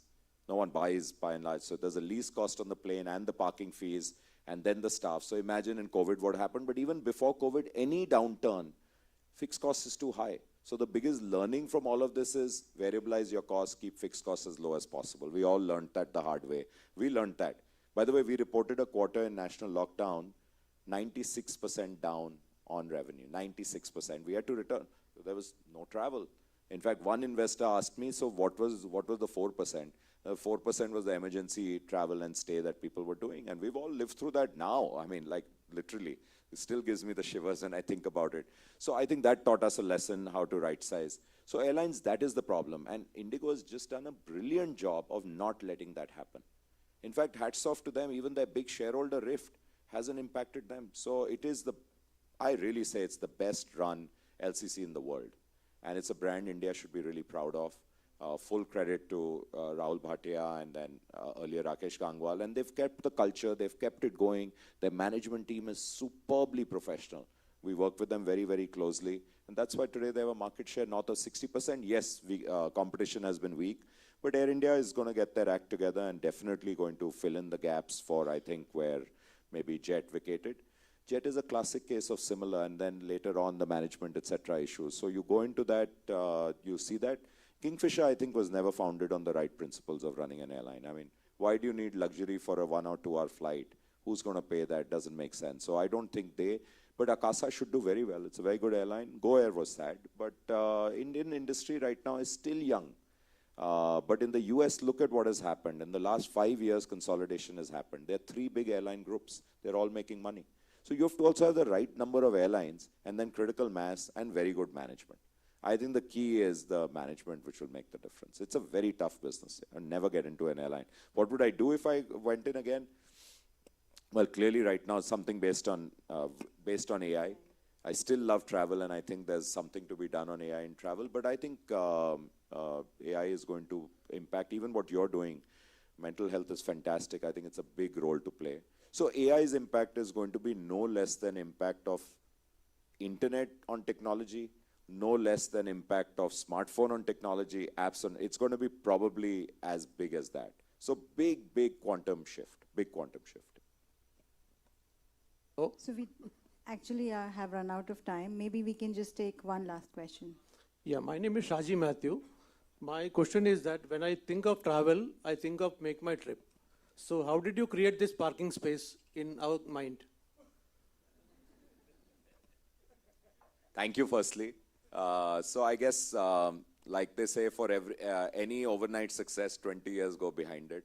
That's literally what happened, sir. It doesn't happen overnight. If I asked you the same question in 2010, you may not have given this answer. But over the last 5, 7, 8 years, and that's because of, I think, the works that's been done over time. And I think we have to be manic about customer issues. They come up, it's a retail business. Most of the time we get flack because of our supplier partners. You know, especially when there's flight cancellations, there's lockdown, airline goes out of business, but they bought tickets from us. 1 out of 3 tickets is bought from us. They can't reach the airline, they have to, so it's our job, but the airline's not giving the money. So a lot of that, which is the tough part in this industry, but we are learning. We are also trying to see with younger airlines, etc. We will offer them because selection is key, but we're going to hold the money till the time the flight flies. Once the flight flies, we'll give the money to the airline. With big airlines, we can't do that, right? It's power and balance, so they hold the kind of they hold the strings there. But yeah, I think I can take that question outside, sir. We are out of time. If you just join, we'll quickly talk. Yeah, this is followed by a tea break, so you will be able to ask your questions to Deep. All right, Deep. So thank you so much for being so generous with your time and your insights. It was a pleasure talking to you. My pleasure. And maybe please stand up and applaud Deep. Thank you. Thanks. Coming back to campus is super special. I woke up in the morning, my first text to the family group, my kids and wife was, I love being on campus. That's it. So lovely. Thanks so much. See ya. Can we just request a photograph of the two of you on stage? Thank you.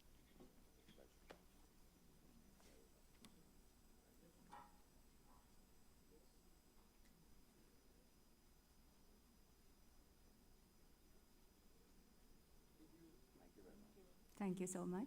We'll break for a 10-minute tea break. Tea is served right outside the auditorium. Request everyone to please be back in 10 minutes as we're a little behind schedule. Thank you.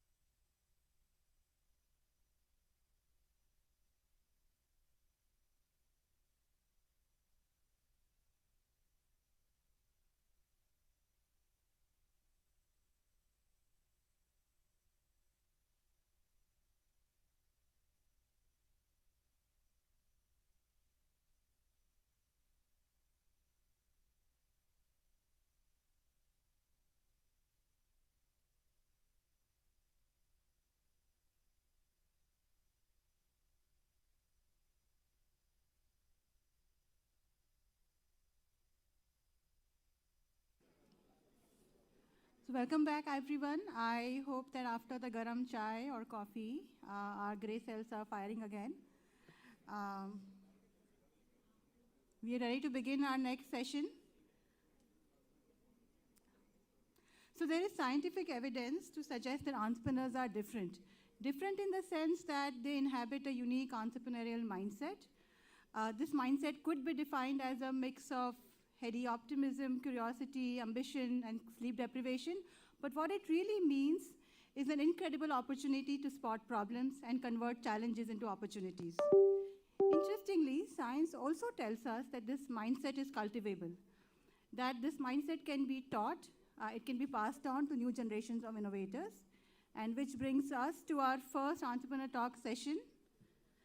This session has been thoughtfully curated to showcase the transformative power of customer-centric problem solving, inventive strategies to convert the unorganized into organized, and battle-tested strategies for converting challenges into opportunities.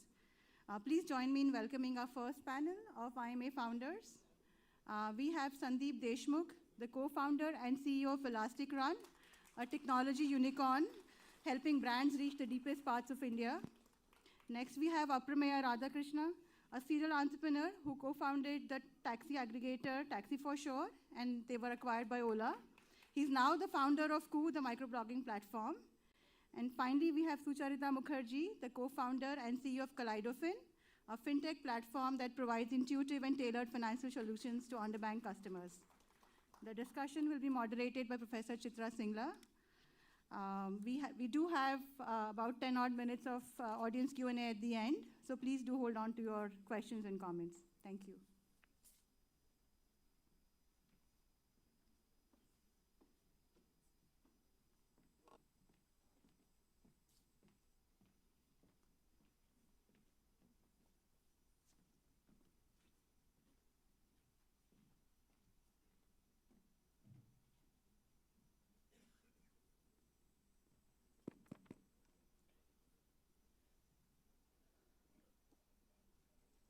Hello once again, and thank you, Aprameya, Sucharita, and Sandeep for taking out time for this panel. You can see there's a lot of humility and humbleness on the stage, despite being such successful entrepreneurs, serial entrepreneurs. So the topic of this panel is problem identification. And why problem identification is important and why we need to spend some time to talk about it, because for last 13 years, I have been interacting with entrepreneurs, aspiring entrepreneurs, entrepreneurs who have been running their startups. And I get to hear from aspiring entrepreneurs that my mind is buzzing with ideas, right? I don't know which one to pursue. And sometimes I wonder how creative you are, that how many ideas you are getting, right? Sometimes I get to hear from the entrepreneurs who are already running their startups that maybe I did not pick up the right kind of problem. And sometimes they say that the time invested in finding a solution to this problem is just too high, so the return on time invested doesn't seem to be high. Sometimes they say that, the solution doesn't seem to be fitting the problem, or the problem we have picked up doesn't have much potential or doesn't seem scalable. Or sometimes they say that, we thought this was the problem, but actually this wasn't the problem, right? The problem was somewhere else. So all these kind of feedback we get from entrepreneurs, and that's why CI team thought that this is one topic we would like to talk about. And Aprameya, Sucharita, and Sandeep, everyone know about them, so I'll keep the intro very brief. Sandeep has mastered the art of how to serve the underserved market.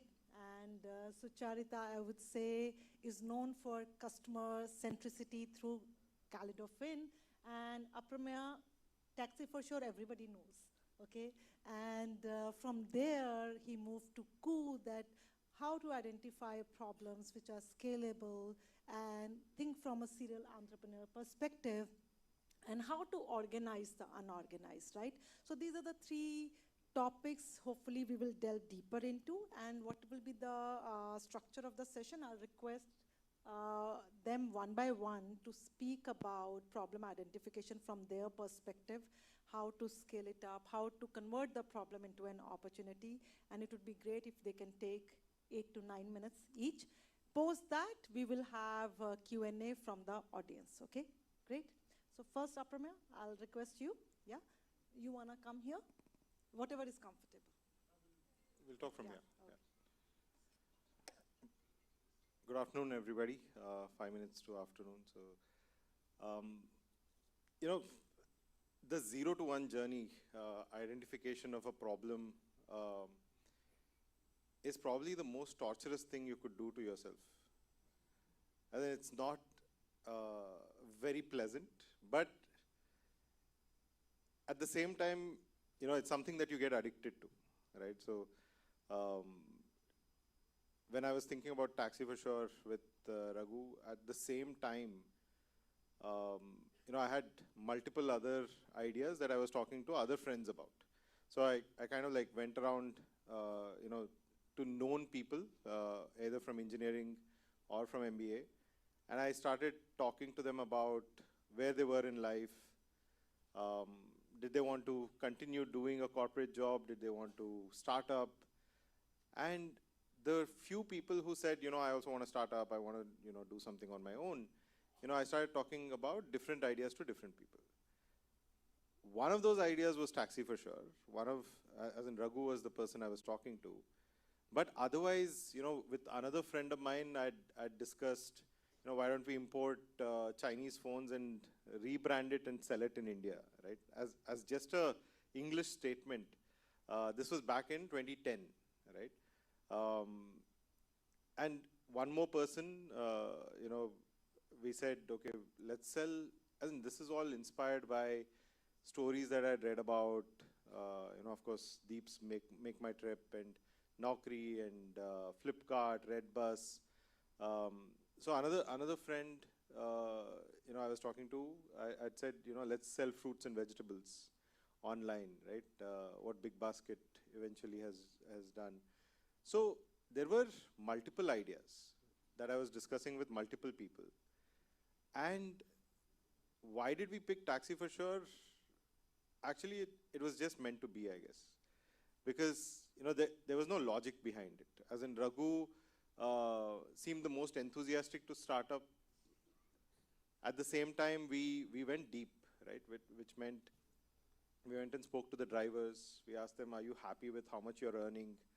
Are you happy with the, you know, number of trips that you're doing? Are you occupied throughout the day? You know, all of those were problems for them. For users, we basically put out a survey back then. I think SurveyMonkey was there.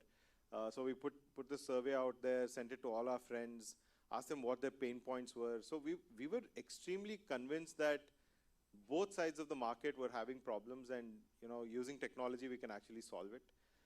The first person we actually met, you know, after we conceptually put down a deck, our first deck, was actually Deep Kalra. And as in, he opened doors and, you know, he met us, probably because, you know, we were aspirational entrepreneurs from IMA, who were doing something in the travel space.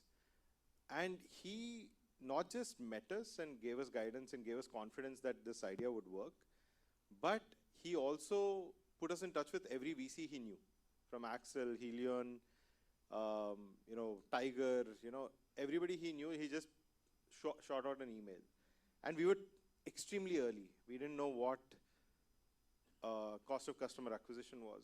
I think our first meeting with Sanjeev, again, Deep had introduced us. We said our cost of customer acquisition for a cab rider was 2 rupees or something like that. And, you know, his whole board was there. I think he would have thought we were crazy or something, right? So the amount of support you get once you're kind of like tuned into your idea, and you're, you know, we quit our jobs, we, you know, actually, you know, we're all in, as Deep was also mentioning in his earlier speech. And, you know, things came together.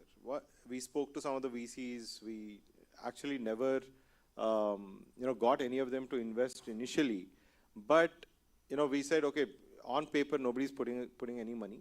Let's go and execute. So for 6 months, we went out there, got our first few bookings. First few, we were the call center employees. We were the, in some cases, we were the drivers because we wouldn't get cars. I remember dropping this one girl with her mother for her first day of work, and they were so grateful, right? Because we could have cancelled it very easily, but we still went and actually dropped them ourselves. So problem identification is about observing things around you, going deep on whether you're just hallucinating this problem for yourself, or is it actually a problem that multiple other people, or in our case millions of people, were facing. Then getting conviction around it, and then going all in on the problem, right? And this is at a company starting stage, right? Like, what idea do you go after? Who do you go after that idea with? Raghu had complementary skills. He was more analytical. He was, also operations oriented. I was more outside oriented, which means I dealt with the user and driver with ease. So we came together well. And while running Taxi for Sure, there were other problems that we were solving, right? Like, there was this one instance where in Bangalore airport, during our early days, we used to put Taxi for Sure stickers on cars. And the KSTDC guys and the mega, so the radio taxi guys, right? They started throwing stones at our cars, right? And no driver wanted to go to the airport anymore. So, what I actually did was we asked for a meeting with some of the KSTDC, as in the government car guys, and got them to this restaurant on Airport Road and told them, you have rides from the airport to the city, but you actually don't have rides from the city to the airport. You're going empty. You're earning nothing by, doing that. So why don't I give you more business, right? We send our Indica, so back then we aggregated a lot of Indicas. So it was 650 rupees to the airport. And we said, we'll give you the 650 rupees. Why don't you take our rides, our customers to the airport, so that, we're not competition to you anymore, but we're partners with you. And that actually solved, that whole stone throwing incident and the emotion against Taxi for Sure at that point in time, right? And, post Taxi for Sure, exits are not, are actually not planned, as in whether it's a good exit or a bad exit. You never want to exit. You've created something, right? But once we exited that, one of the things that was left behind in me was, how we change drivers' lives with technology, right? And, there's a whole large population, 90% plus, which doesn't speak English. And some of the basics of the internet, like searching, expressing oneself, all of this is majority in English, right? On the open internet. So, the problem statement that we went after there was, let's try and create a comfortable space for people to come and express in their own language.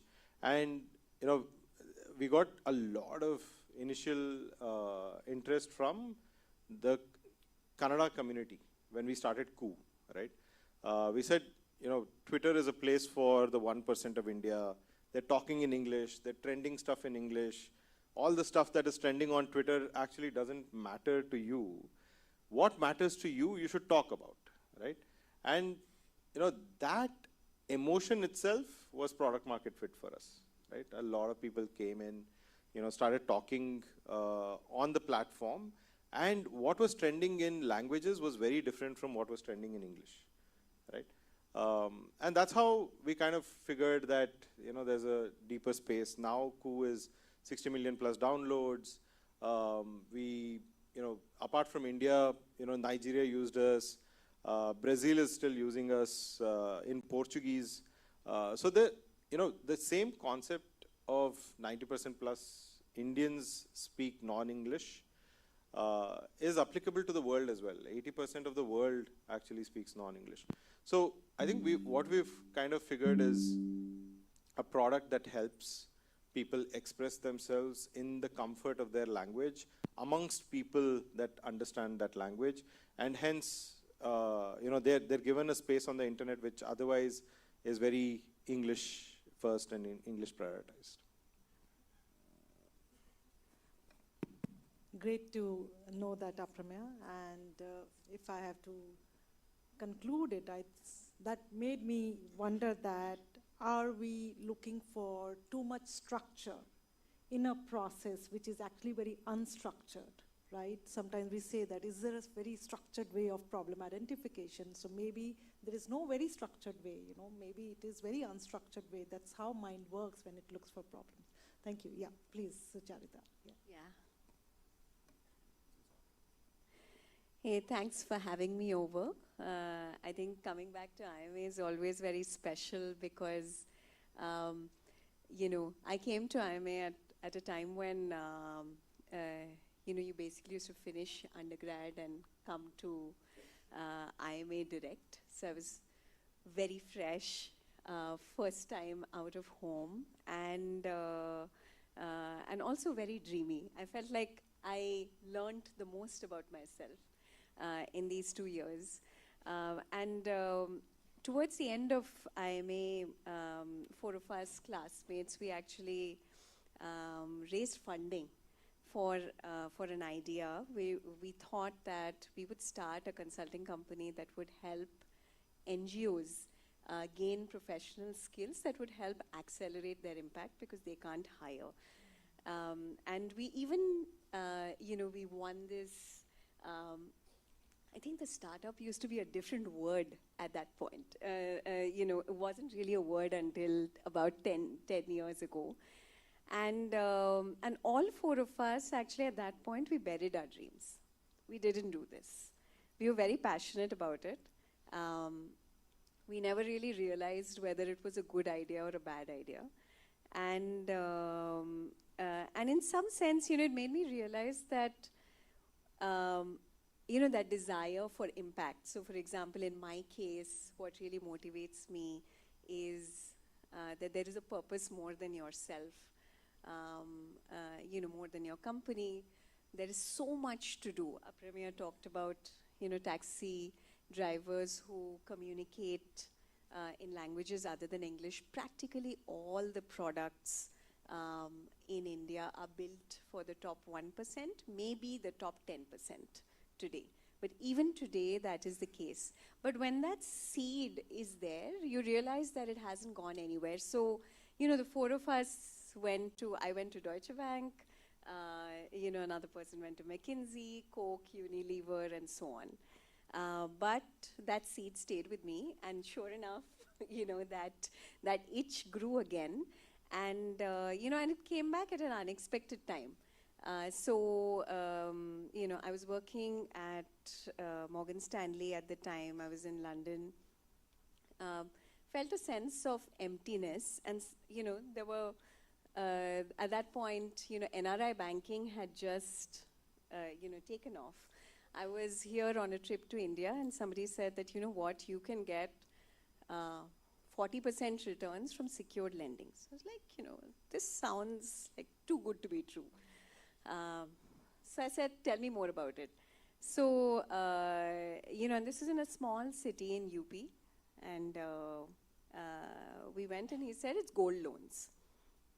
I said, okay, sure. But gold, it's fully secured, right? You have absolutely no risk. You're a jeweler yourself, so you obviously know the quality of the gold. So why 40%? How 40%? And so I said, why don't you take me and show me what you do? So he did. And then I realized that it was sort of really, really poor people pledging their gold and actually paying something like 70, 80% rates of interest on secured loans on their own hard-earned money that they had saved. And I really felt a sense of outrage. I felt a sense of disgust. I felt like, oh my God, there's just such a huge problem to solve.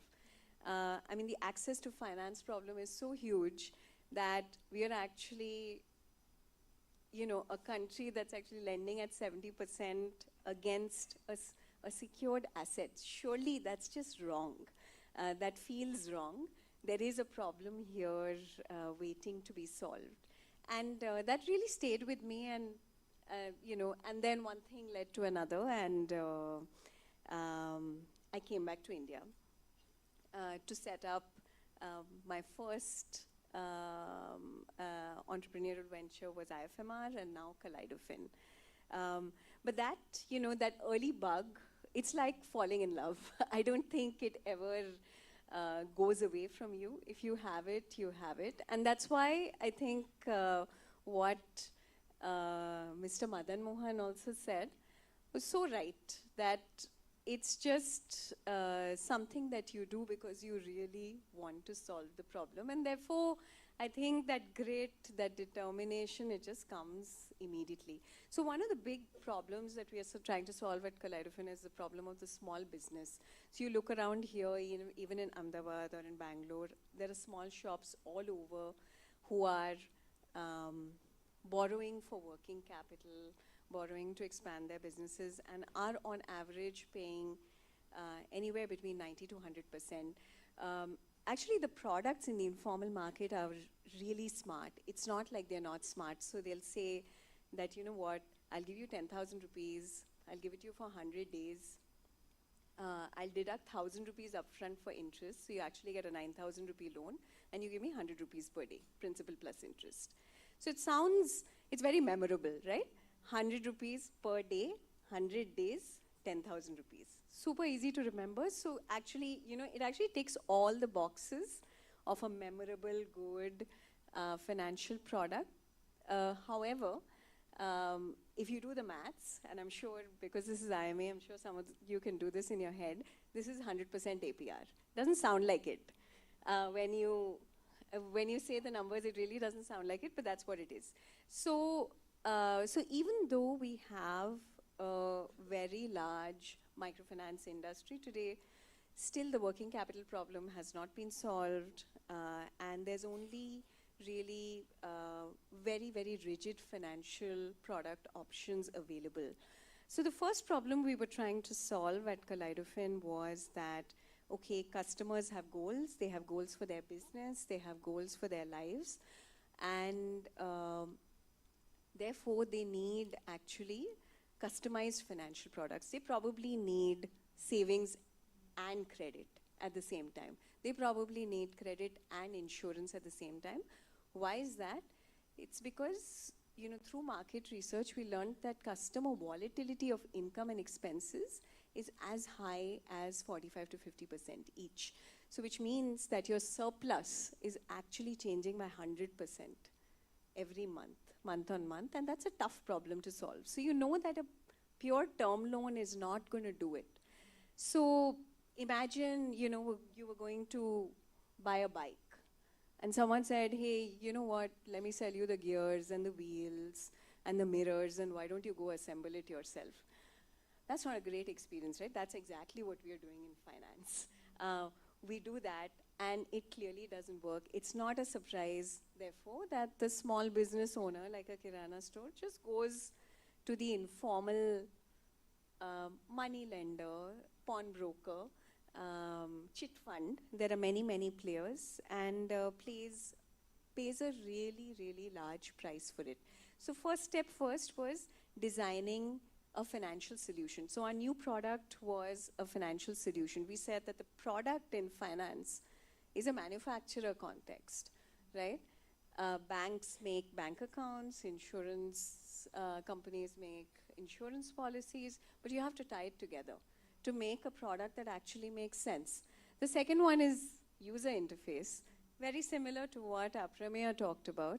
We have to talk to customers in their own language, and therefore a user interface which is utilizing voice, which is utilizing local language, becomes really, really important. And yeah, exactly. Not everyone can read, and not everyone is, even if they can read, not everyone is comfortable typing.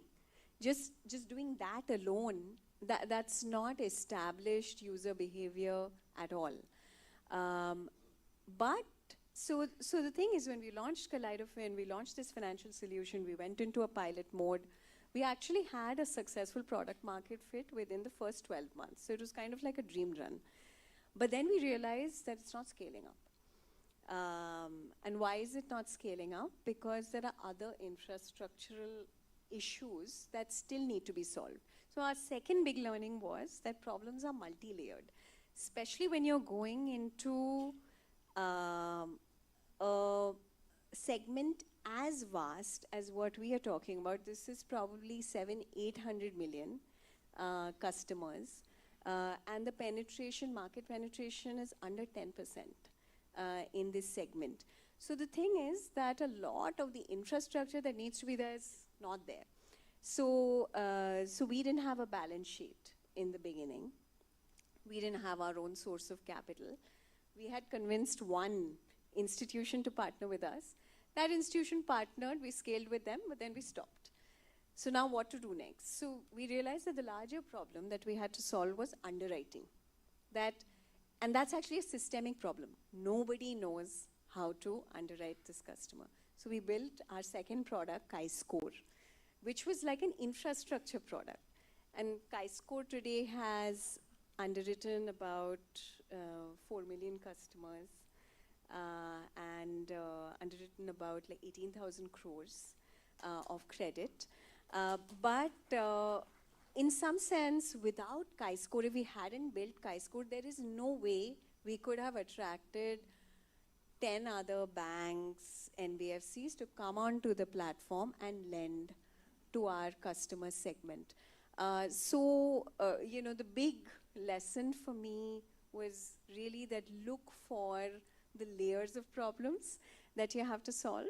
And finally, because I'm here at IMA, you know, I want to end with saying that still, till today, in fintech, there are probably, I can count companies on the fingers of both my hands.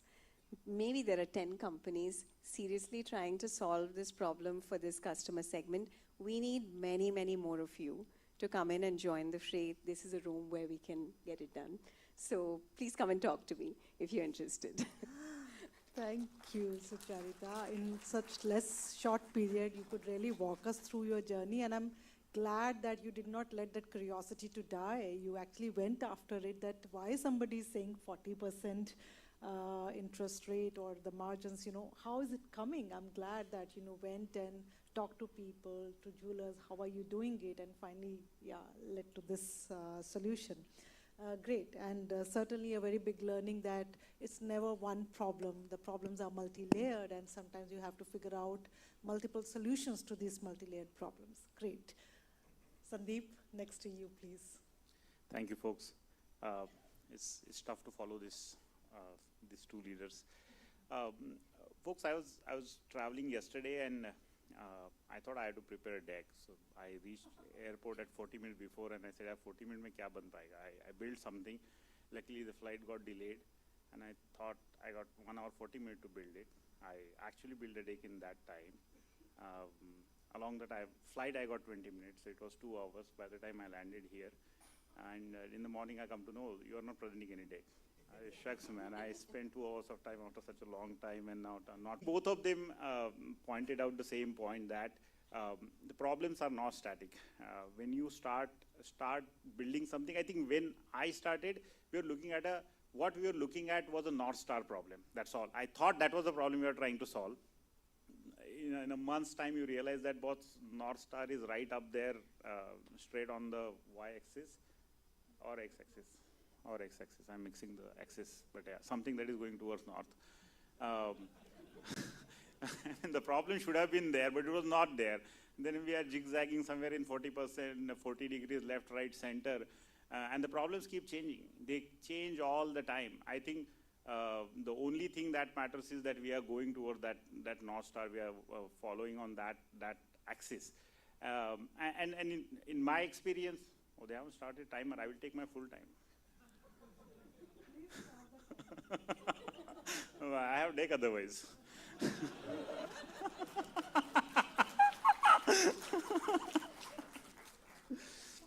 Okay, so folks, going back to the point of, so the areas that I have worked in, before launching Elastic Run, I was with a large e-commerce company, and I got an opportunity to build their logistic infrastructure in the country. And there was some idea about how to go about solving for the unorganized market, so on and so forth. And picking up from that idea, said how difficult it could be to build something on my own. So in that naivety, I started this. And of course, then you realize the x-axis, y-axis are different and problems are different. But along that journey, the first problem that we realized was we solved for a very specific logistics problem. And the solution was fantastic. Everyone was happy. We were like high-fiving each other. We meet the first VC. We didn't even get the meeting. Why didn't we get the meeting? Because it's a very short problem. It's so small. What are we going to do? Then we came back and said, okay, the VC thinks it's very small. But then we also realized it was actually very small. Other than there's no point in solving for this. And so we should do something. We should evolve this. We should take this to next level. Then we started taking it to next level. Tried for another 10, 20 different problem statements. Nothing worked out. And then by accident you hit upon something. And then we realized that the moment we took our crowdsourced logistics network and put it into the distribution network, it just clicked. And why it clicked? I mean, I can go to, don't look at my formal decks, to that I go to all the external world. They are very beautiful. They are all thought through problem solutions. But here I can tell you there's all serendipity. I mean, you try figuring out something and something clicks. But the moment it clicks, then you double down. I mean, then we really double down onto the distribution ecosystem, and it scaled beautifully from that point onward. So the second problem that we figured out, the first problem was size. The second problem that we figured out was the ecosystem were disconnected. All the entities in that ecosystem, right from the manufacturer to CFAs to distributor to wholesaler, reseller, store, have no clue about each other. They are in their own world. But then that was once that problem was identified, then that's what we went after. That's the one area that we solved. Then once you solve that problem, then you realize there is another problem that you can't just connect all of these guys together on a platform. They need to be in real time connected on data, and they have no interest to be connected on real time data. They have no interest to share their data with anyone else or even to themselves. They don't want to look at all of that. But if you solve that problem, then the size of the organization grows, the pie grows, and it keeps going up from then onward. That was the third realization. The fourth problem, I think, along the journey that we realized, and I'm saying it's very linearly, 1, 2, 3, but it's not that linear. I mean, it just happens someday, a year, you keep struggling, nothing works, and you get bored, yaar, teen hi problem kab tak solve karenge, what's happening? Your team is, of course, more bored than what you are. Then you have to give them something. No, I have more problems. We are solving something big. We'll go very big. I have no idea how will we go big. I don't even know if we'll go anywhere.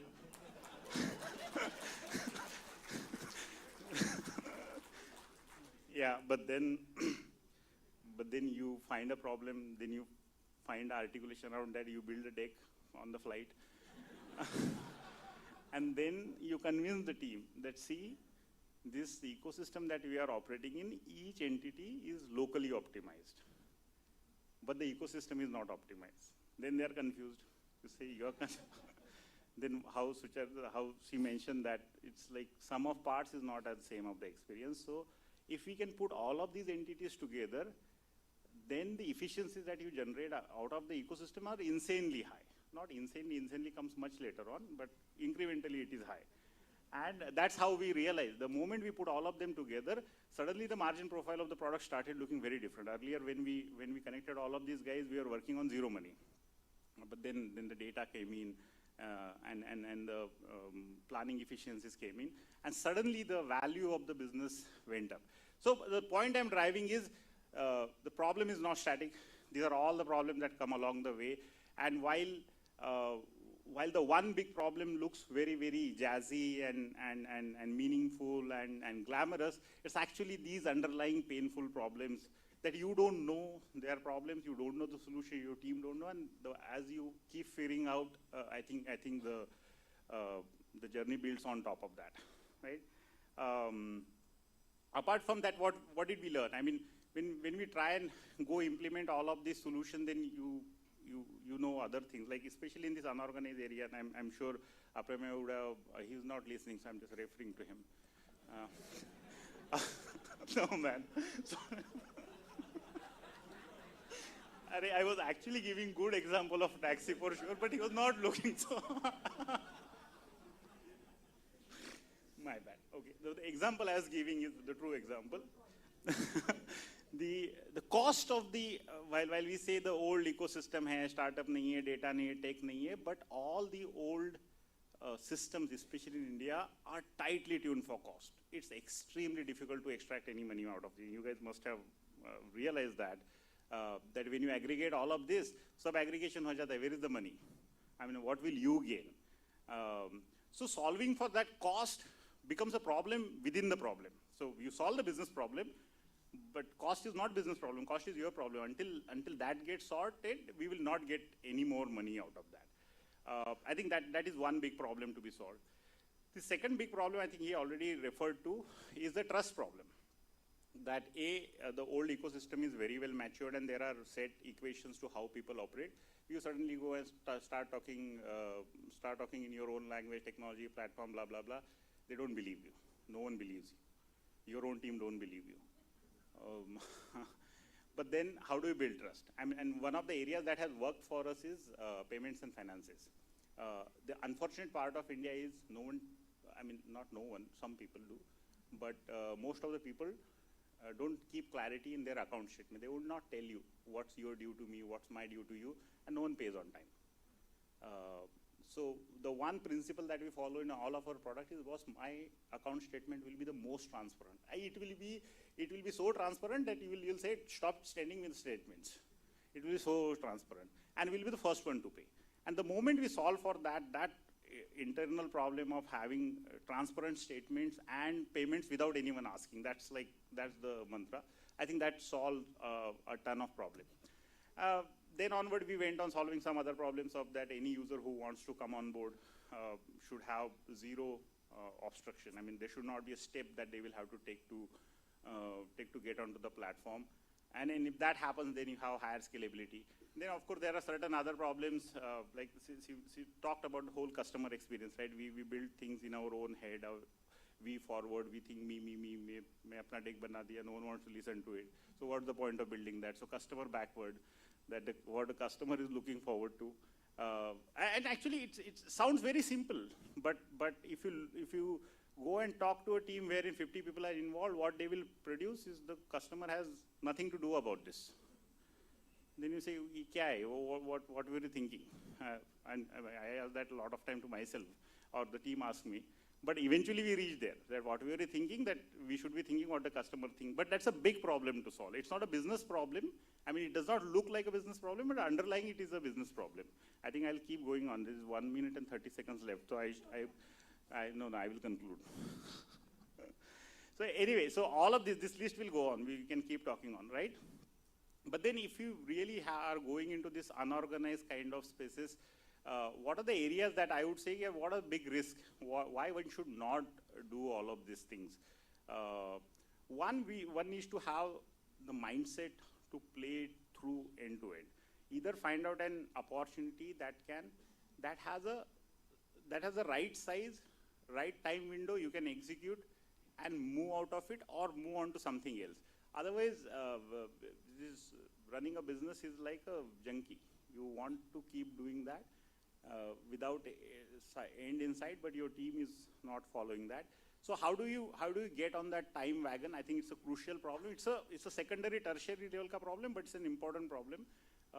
The next question is, if you're building for something like a large ecosystem play, where the outcomes are very, very large, just bear in mind the funding requirements are also going to be very, very large. So fundraising as a mode, fundraising as a capability is a very different capability than being a product guy, being or girl, or a operations manager, or whatever business leadership skill that you have, you may be insanely good at that. But fundraise is a different example. There are enough companies where founders had no idea but great fundraising skills. I think most of the cases are like that. And then there are some cases where founders have no idea, still they can raise fund, or the vice versa. But anyway, just keep that in mind. Without that, just building on top of what we think is the right problem statement may not work out. With that, I will conclude, madam. Thank you. Sandeep, आपने इतनी problems बता दी हैं कि घबराहट होने लगी. We are here to encourage people. Sorry, folks. No.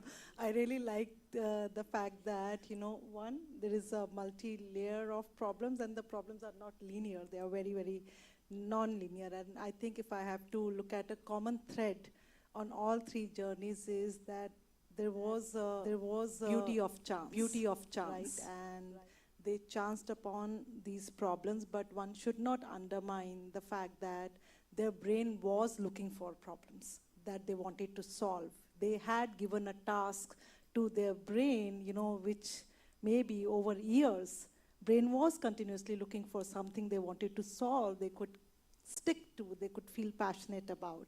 So that was very great. Thank you to all of you. Now we will spend 5 to 7 minutes on Q&A because I think audience have been looking for opportunity to interact with three of you. So request to audiences, you can raise your hand. There is one at there. Yes, you can please stand up. Yeah. And you also have to tell from whom you want to ask the question. Yeah.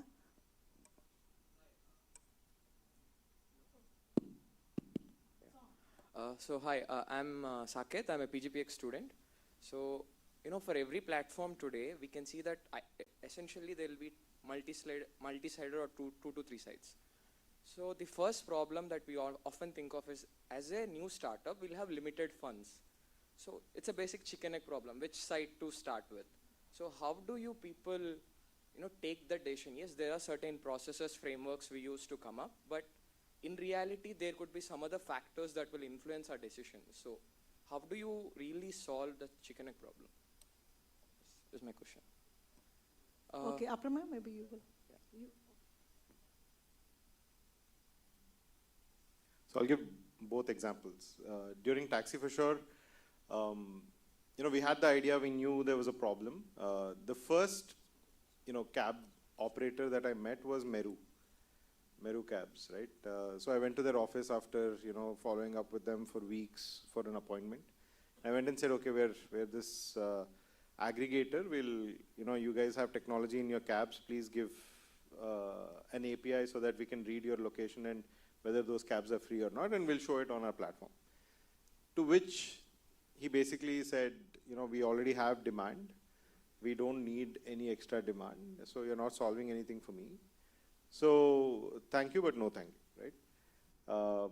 So right after that meeting, I started thinking about, okay, these guys have too much demand. Who are the guys who don't have demand? They are the guys with no technology, right?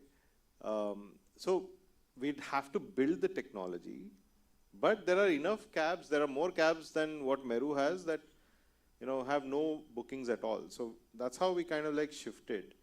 And if you need users to come, you need cabs on the platform. So without cabs, you're not a cab aggregator, right? So you have to prioritize one side of the market first and solve it to an extent. You don't need to have 1,000 cabs. As long as you have 20 cabs, the demand that you can generate, which is 10 bookings a day, can be fulfilled. And when you fulfill those 10 bookings, those 10 customers will go and tell 10 others, and then suddenly your demand becomes, so that's how you kind of like, but you always have a priority on one side, right? Even with Koo, a microblogging platform is nothing without content, right? And microblogging is also a platform where influencers have to put out content. And influencers won't put out content unless they have users. So I think these are not easy to solve. As in the cab case, it was easier. In microblogging, it's tougher because it's an emotion more than, there's no transaction, there's no money exchanged here. But, in our case, there was this whole angst against Twitter. A lot of people looked for an alternative. We were there, right time, right place, right? It almost seems like I predicted that Twitter would go, get into trouble, but it's not. Like, I had no idea. But when it happened, we took advantage of it, right? So that's when a lot of creators came in. Using those creators and the content that they created, we went and got more users. So, as in, you have to have your supply base as a priority. Okay, thank you. Yeah, Virendra. Yeah. You need a mic. Yes.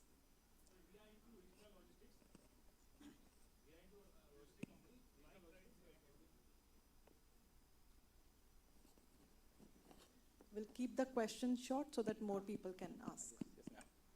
So short and sweet, ma'am.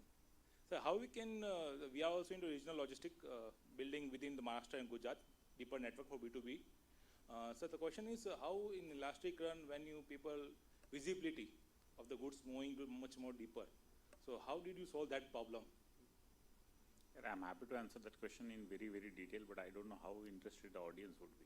Okay. So, no, it's a very technical answer. Maybe you can take it offline? Yes, maybe I after think that's that? a good idea. Yeah? Okay. Yeah, please. Hi, I am Chandresh. I am from JP Morgan Chase. I basically look after their product and innovation portfolio. So my question is, maybe Sandeep or Sucharita, anyone can take it. One of the professors I'll not take his name, used to tell us that business is all about making ethical and sustainable profits, and rest all is marketing. So when we think at the ideation stage and the problem, right, where should the profitability come in? Whether we should go for a long-term, medium, or a short-term profitability, or we should think about scaling up, solving the problem, or solving a profitable problem? Okay, great question. I think, the answer is quite different depending on the industry you're in. There are many industries which have a winner-takes-all type of flavor, where accumulating, scaling up, growing your user base might be even more, important than getting to break even first. Because obviously, breaking even also means that you might not be able to do it at higher scale. But for example, if you talk about our industry, where the customer base is immense, but it's not very proven. There aren't many startups worldwide, actually. This is not just a phenomenon in India. So there, you also have to think about, am I going to, make it in the long run? And therefore, if I, run out of runway, then you don't have a problem to solve, right? You've shut down before that. So I would say wherever, funding is a scarce commodity, absolutely, I think focusing on break even if it means that you have to push your scale ambitions a bit further out, might be the right thing to do. Because I don't think you can take that availability of funding for granted. There are certain products that will scale up without, much investment anyway. Those are different. So WhatsApp is an example. But I think it's really dependent on the demand-supply equation. In general, I think long-term profitability, 100% in all cases, is a must to prioritize, because otherwise you don't know whether what you're building will be sustainable in the long run. So even if you're doing this for ethical reasons or for impact reasons, there isn't enough philanthropic dollars available to solve the problem. So capital markets is a must. Thank you, Sucharita. Anyone from left side? Yeah, please. Please stand up so that,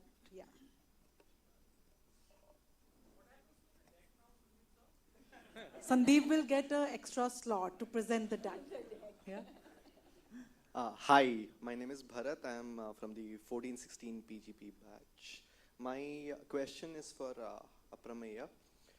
So essentially in an industry which is settled, for example, the cab aggregator industry, right? Wherein it's a duopoly for the past 5-6 years at least. How does a new player come and disrupt without any other market intervention? Now, BlueSmart is just riding on the EV wave. If EV was not there, what does it take for any new startup to come and disrupt such an industry? So, in Bangalore airport, as you get out, BlueSmart is on the right and Uber is on the left, right? And I've started taking BlueSmart, but when I see like 90% of the folks, when they see a newer cab, which is probably costing lesser, but they still go to Uber, right? They go left and they pay more for a dirtier and much less efficient cab. It's just perplexing, right? Like, it's habit. But I think, for BlueSmart, what's working is as in customer doesn't care about, whether it's EV or not today, as much as BlueSmart thinks they care. But being cheaper and better, as in cleaner cabs and everything, and operationally much more efficient, is definitely going to help them break even better at a unit level, right? As a company is a different problem altogether, but at a unit level, is your car making money or not is an easier answer for them. So a more efficient business model is what they're betting on, right? EV is the one part of the marketing side, but it's actually making them more operationally efficient. So I think they have a great chance at it. And there are not just BlueSmart, but in Bangalore, there was this startup which pitched to me last week, which is also doing a BlueSmart again. Like, there can be multiple guys making profits and running 100 cabs each, right? And when there are so many options, right, the habit will change. Like the 90% which is going to Uber today, slowly, 10% more will go to BlueSmart, another 10%. So it'll take time, but I think there is a space. But you will have to be more efficient in some way for somebody to believe that you're a much better business model and hence fund you. Now, what is that beyond EV and getting more efficient? One idea could be, just focus on the top layer, right? Like, Uber and Ola have now become mass. Now, there's this report that came out which is talking about affluent India and 100 million Indians getting affluent by 2027. Now, if you give them a service which is, much more luxurious, and they're not booking Ola or Uber, but they're booking something else which is much more premium, which is their status in society, they'll probably shift and you'll make more money, right? So there will be angles always, but but the same angle won't work. Okay, we are already out of our time, but one last question. One person has been waiting here. Yeah, please.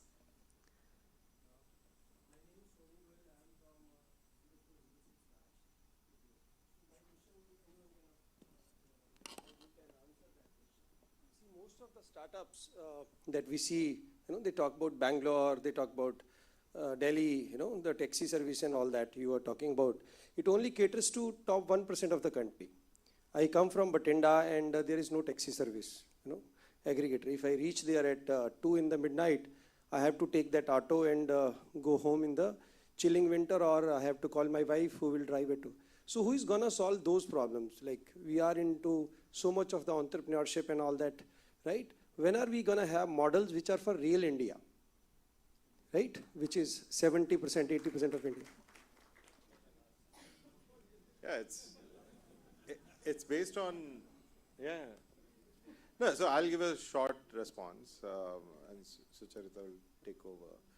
So I think, most businesses are built on where the money is, right?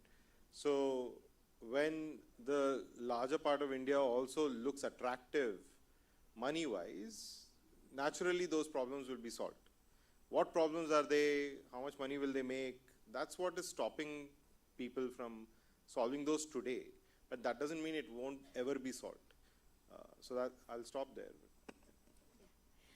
Just wanted to add that I think Deep Kalra said earlier, you have an insurance policy already. It's really up to you. It's up to the people in this room. I think that these problems are, yes, they are unproven. And a Bhatinda is not as easy to solve as a Gurgaon or a Bangalore, but certainly solvable because, we have, at least 50 to 60 major cities. And I can tell you that there are at least 100 microfinance institutions that are profitable and scaling up in the very same geographies. So it's really about entrepreneurs coming up and wanting to passionately solve this problem. So we don't need to wait for trickle down. And you may have missed, but my company only works for rural India. So.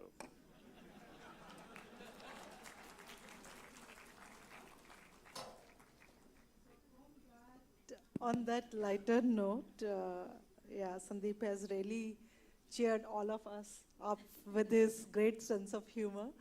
So we will have to close this session. There is more to this summit. I know everyone wants to talk more with everybody, and especially the three of them.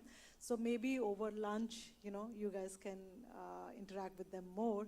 So thank you, three of you, to keep it very candid, very real, and be okay with our jokes too. Thank you. Thank you. Thank you for a wonderful session. Can I please request you guys to stay on stage for a photo?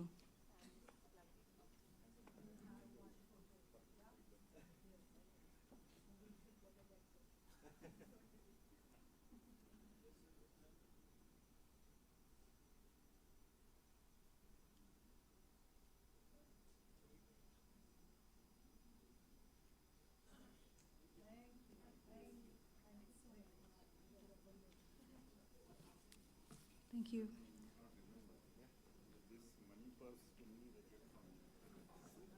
No, we don't know this. So most successful startup ideas start with a product, but most products unfortunately don't get converted into a company. Successful product design is more than just solving a problem. It starts with the compass for scalability. And the successful product builders spend a lot of time trying to figure out what their ideal value proposition is. So from basic product market fit to scaling up post-PMF to building in hyper-competitive markets, our next panel deep dives into the mechanics of sculpting a winning product. Please join me in welcoming the panelists. Saurabh Garg, the co-founder and chief business officer of NoBroker.com, India's first PropTech unicorn. Rahul Dash, the co-founder and chief operating officer of Purple, one of the largest beauty and personal care e-commerce players in India. And Disha Singh, the founder and CEO of Zook, one of the fastest growing bag brands in India. This discussion is going to be moderated by Professor Ankur Sinha. In the interest of time, we are going to limit the post-panel Q&A to just one question. We don't want to keep you guys away from your lunch for any longer. I know we're already running one full session behind time. Thank you.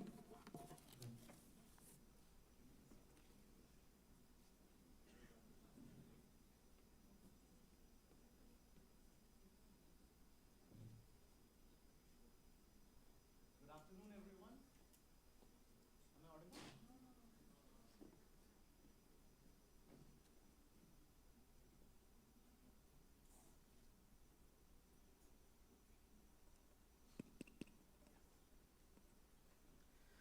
Am I audible? Good afternoon, everyone.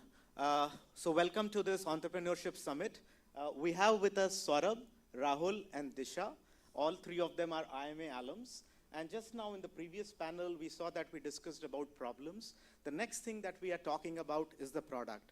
And when I talk about the product, we are going to touch upon both the aspects of product, be it the technology part of it or the consumer part of it. Of course, I'll request Saurabh and Rahul to focus on the PMF and the the product market fit, and the scaling part of their business. And then Disha will come in, and she will be talking about how to compete after scale up, how exactly to go ahead and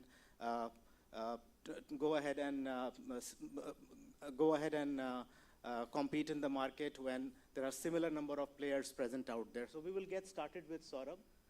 We have around 10 minutes for each of the speaker, but then lunch is also due, so I will request that please keep it to 8 minutes. Yeah. Thanks, Professor. It's always a great pleasure to come back to IMA. Brings back a lot of fond memories. So product market fit is something which is very elusive for many people. And when Deep was talking about that only 1% companies become successful, I think most of them actually die in this chasm, the product market fit. They don't reach that. So I'll try to share my learnings of what we have seen.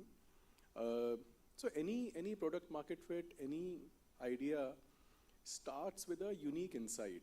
And I think that's extremely important. And typically, many times you get this unique insight by personal experiences. Sometimes you look at data. And of course, you speak to a lot of customers to validate that. So in our case, this happened from when we founders were customers, we realized that it was a very poor experience. So for example, after IMA, I joined Unilever, and Unilever used to give me a place to live in. I had a beautiful house in Bandra, I used to live in that. And when I quit that job, the biggest regret was कि ये घर जाने वाला है अभी.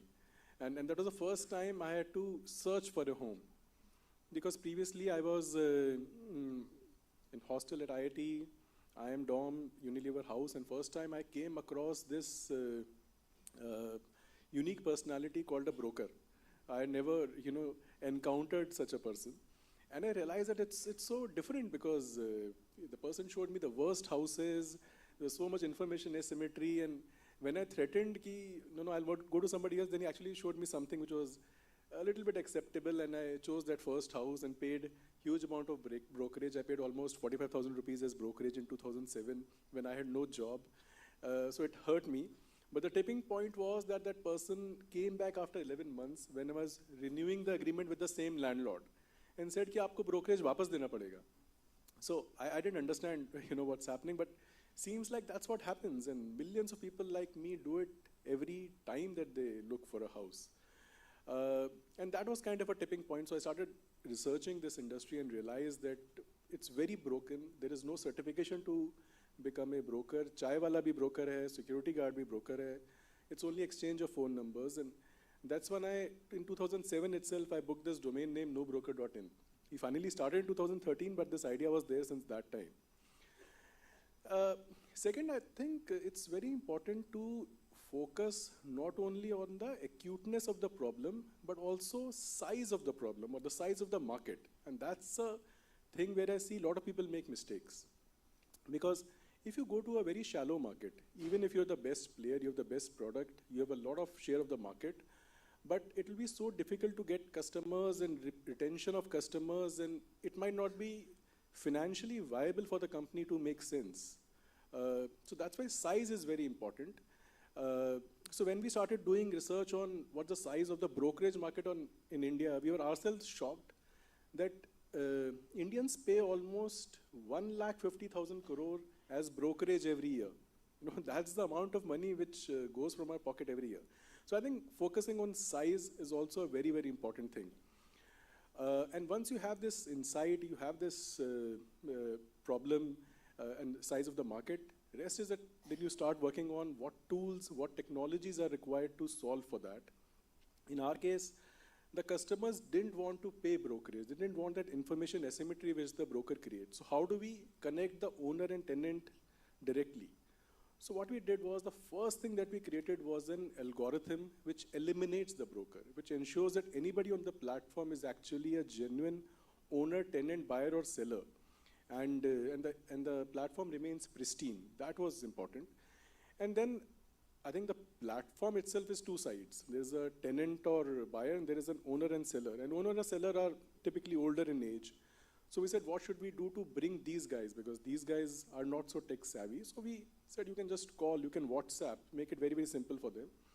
and provided all the information that you require.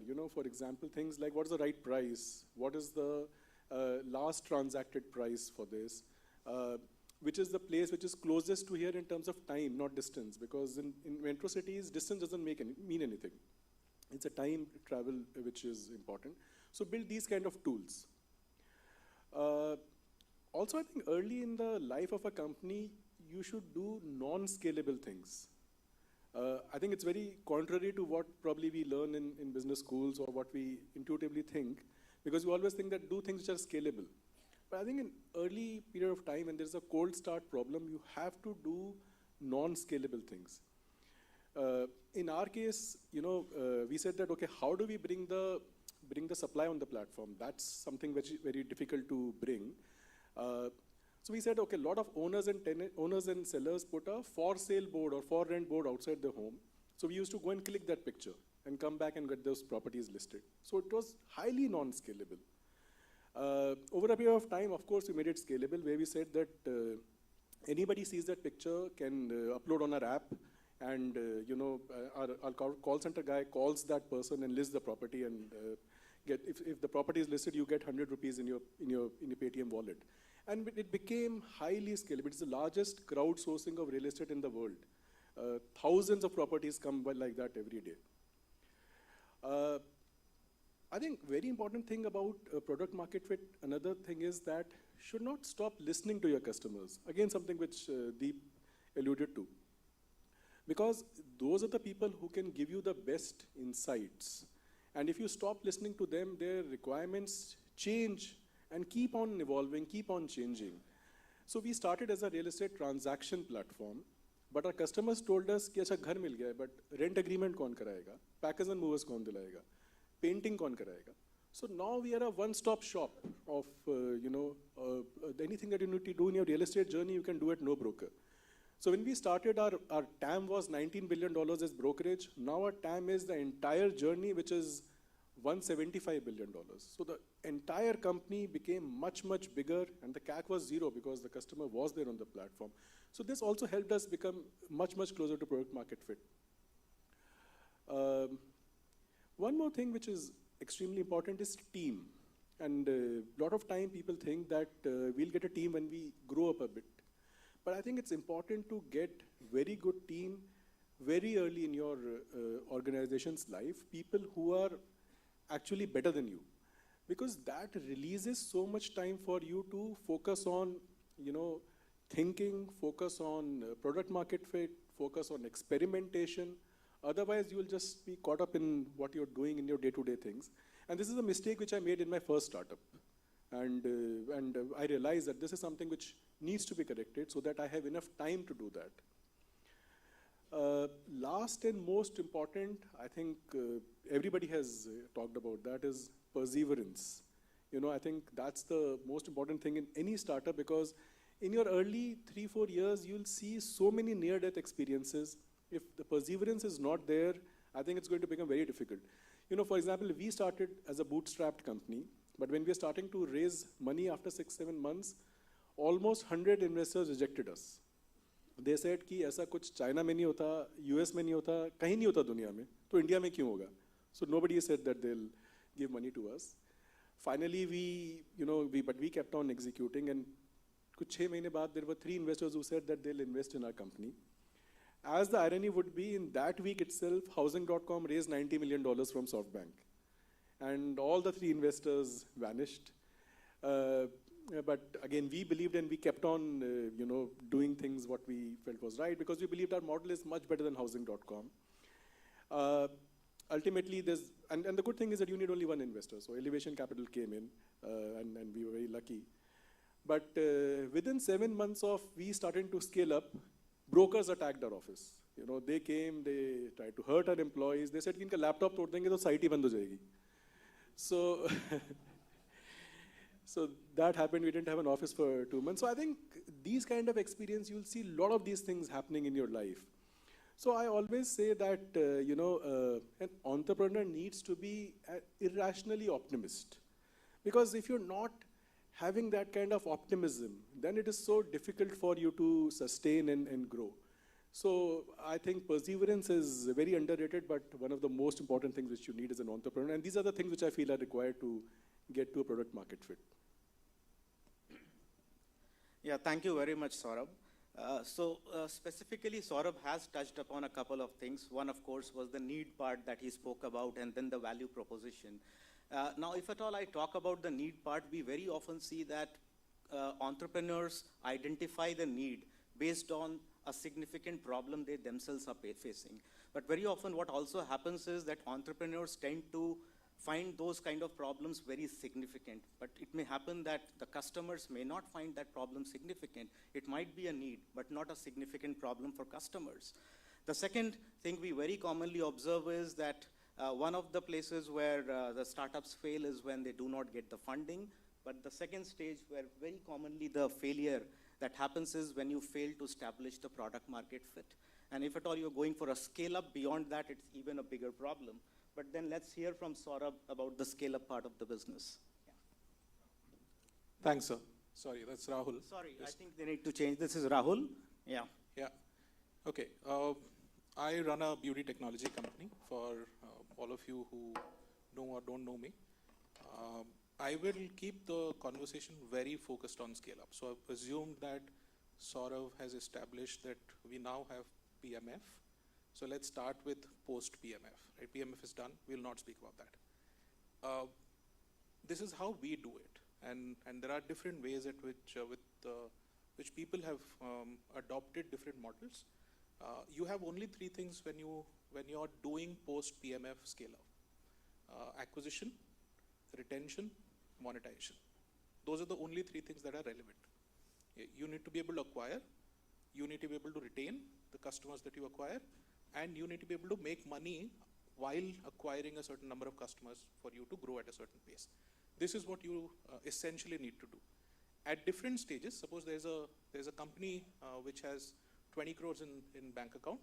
Your mix of acquisition, retention, and how much you need to monetize is driven by what your scale ambitions are and how much capital you have at that point in time. A company which has 500 crores will basically attack the same problem differently at a different scale. So the first thing that we would need to do, at least from our perspective, you identify the smallest beachhead that you have, which effectively means it could be a geographical boundary. For example, we took a city. Even though we were an e-commerce platform, and this is very important to understand, even though we were an e-commerce platform that can plug into a logistic layer and try and service anything across India, when we did our post-PMF scale-up, we went to one city. And within that one city, suppose आपको India में scale up करने के लिए 500 करोड़ चाहिए, उस city में scale up करने के लिए, proof करने के लिए 1 crore चाहिए. Just a very simple example. That's how you decide whether you can spend 1 crore, 5 crore, 20 crore, depending on how much money you have at that point in time. Now, in that city, you need to prove all the three models. You need to prove acquisition, you need to prove retention, and you need to prove monetization, all three. If they're not proven in that city, there is no way in hell you're going to be able to prove it at India level. Please don't try it. So that's the first fundamental of when we start doing scale up. Now you take the same city, you go back to the problem statement. In our case, the problem statement was as follows. We thought that, and this was 2012, so there's a little bit of context to this. If you are in Bombay or Delhi, and now Ahmedabad, you could walk into a very fancy beauty store, get a very high quality product, high quality service, and also big assortment of products. These three were given, but given only when you were willing to spend 1,000 rupees, 1,500 rupees, or 2,000 rupees per product. There were enough brands, enough platforms that were trying to address that 1% market. Now when you take this, and all of us come from cities which are much smaller. So for example, I'm from Bhubaneswar. So if I go back to Bhubaneswar, I see a very stark difference. This is 2012. Not today, right? So the identification was, हमको करना क्या है? We need to ensure that the same level of assortment, same quality, maybe same service if possible, is available at the price point that India wants to consume this at. It was a very simple problem statement. So we went to one of the small cities and said कि ये problem मैं इस city में solve करता हूँ, technology use करके. Let me use technology, but I'm going to solve only in this city. And if I'm able to solve this in this city, hopefully I can find out 50 cities more and scale it. That is exactly how our post-PMF scale-up happened. Within that city, our identification was, I need to be able to show you, teach you how to use products in our segment. For example, in beauty, 10 years back, there was nothing called a colored eyeliner. There was nothing called a colored mascara or any of those things. Sorry, I'm a guy talking about beauty, please don't. But, so which means that you don't necessarily need to understand the problem yourself without understanding it also. So we went there, we captured the data, and this is where the technology part of our business comes into play. We captured a ton of data starting from what the consumer is, which means hair kya hai, skin kya hai, what color, what base, what are they using, and all of that, which is on the consumer side, which was, I think, about 2 levels deeper than what a typical e-commerce platform would have. We also captured data on the product side. So we basically mapped out globally kitne products hain aapke paas. Un product ko agar main abhi break down karunga in different parameters, initial parameters were product, size, price, standard ones, right? We went deeper into ingredients, formats, into packaging, and all of those kind of things. Productize how a product is created. That's what we did when we try and address the market. Now we wanted to push content to you for products that we believed were very, very relevant and were working to that tenet. The tenet being, आपको 1500 रुपए खर्च करने की जरूरत नहीं है, 500 रुपए में वो क्वालिटी मिलती है. It's not an R&D driven market, which was the core insight. It is a question of how much are you paying for the brand and how much are you paying for the quality of product. That's the technical difference which is there. So we tried then looking at that specific city. अब उस specific city में अगर मेरे TG को मेरे को address करना है, this is now I've established TG and all of those kind of things, मेरे TG को address करना है, which is not the top 1%. They consume content or they converse in their language. I think someone talked about it in the last session as well. So all of our content in that consumption center was in that language. For example, if you take Kochi, in Kochi, all of the content that we put out is in Malayalam, 100%. Not a single piece of English content from our perspective. And we do it deep. And deep means just the state of Kerala generates about, I think today, about 50 to 70 million views a month for my platform, which was very, very heavy for one state. And hence you can translate that into, I don't know the Kochi numbers, which is why I can't tell you that. But that's the way we looked at it. So you go deep in one and try to prove whether you're able to make a financial sense out of it, which is the last part of the equation. Acquisition हो रहा है cost में, retention हो रहा है उस structure में, monetization हो रहा है कि नहीं हो रहा है. When we proved this, then we extended this saying, okay, now I've done Malayali, let me do Tamil, let me do Telugu, let me do some part of Punjab, let me do other dialects and so on. And as deep as possible in the Bharat portion of the consumer, we went. And that's the way we have looked at post-PMF scale up for us.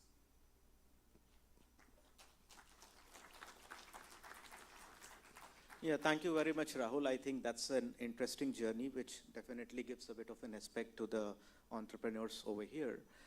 Very often the conversations that we are having is on the technology side of things. Of course, if you look at the focus of CII as well, though that there is a little co on top of IMA Ventures, and that co stands for Continuum, that is, we make an intervention at every stage of a startup's journey. The discussion often is on the technology side, but then eventually you are selling either a product or you are selling some kind of a service. Now that's where Disha comes in. Of course, the brand that we're talking about is a lifestyle product, and it's bags that we are talking about. And wanted to get to the word hyper-competitive. That comes from your topic that you want to talk about today. So how exactly do you compete in this hyper-competitive space? Sure. Because there are so many players, and especially if you talk about a product like bag. Now, how exactly do you go about it? Because now we are moving from the technology side of things to the product or maybe to the service side of things as well. So would like to hear more of thoughts from your side. Thank you, sir. I think it's nice to be back to campus. I think nothing has changed. It's same study group where two of the people have done most of the work, and I am just contributing 2% from my side, right? So jokes apart, I think let me just spend half a minute in giving little background about myself, because that will set a context about the kind of products that we make. So I'm an engineer by degree, post which work with Reliance Power in their instrumentation division, post which I came to IIM Ahmedabad, Section B, DOM 6, 9, I don't think so they exist anymore. Did my summers in an investment banking division. In the second year, wanted to start something of my own, had the idea of Zoom.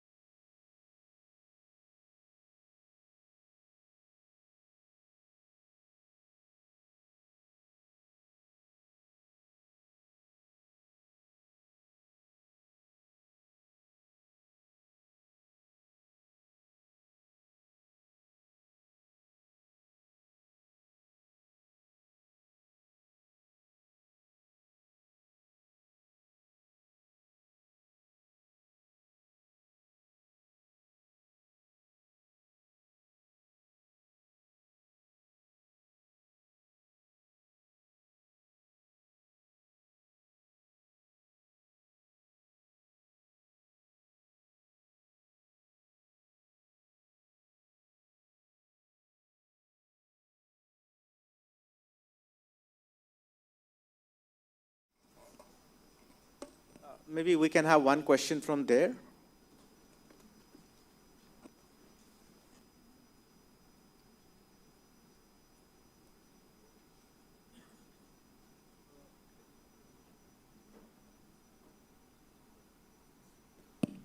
So my question is basically on the product market fit.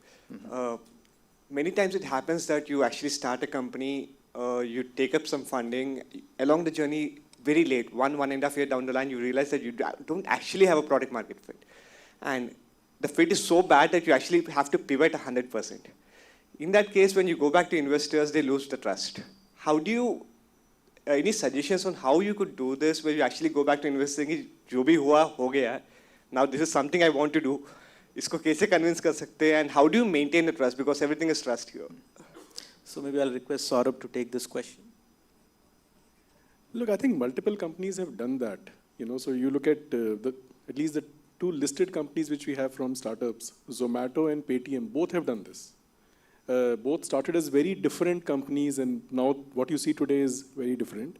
So I think investors are also not, they're also very open to the idea if you go back to them and tell them that, look, we thought that they will do this, but this is not how it is looking. But we believe that this is the right approach for us now. I don't see that investors will be very against that idea. So it's about you building that case and going back and proposing that why it has to be done and what is the potential of what you're suggesting now. And I believe many investors would be open to do that.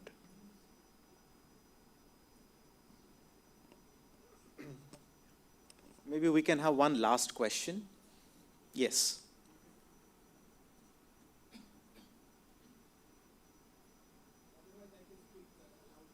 No, you'll get the mic. You'll get the mic.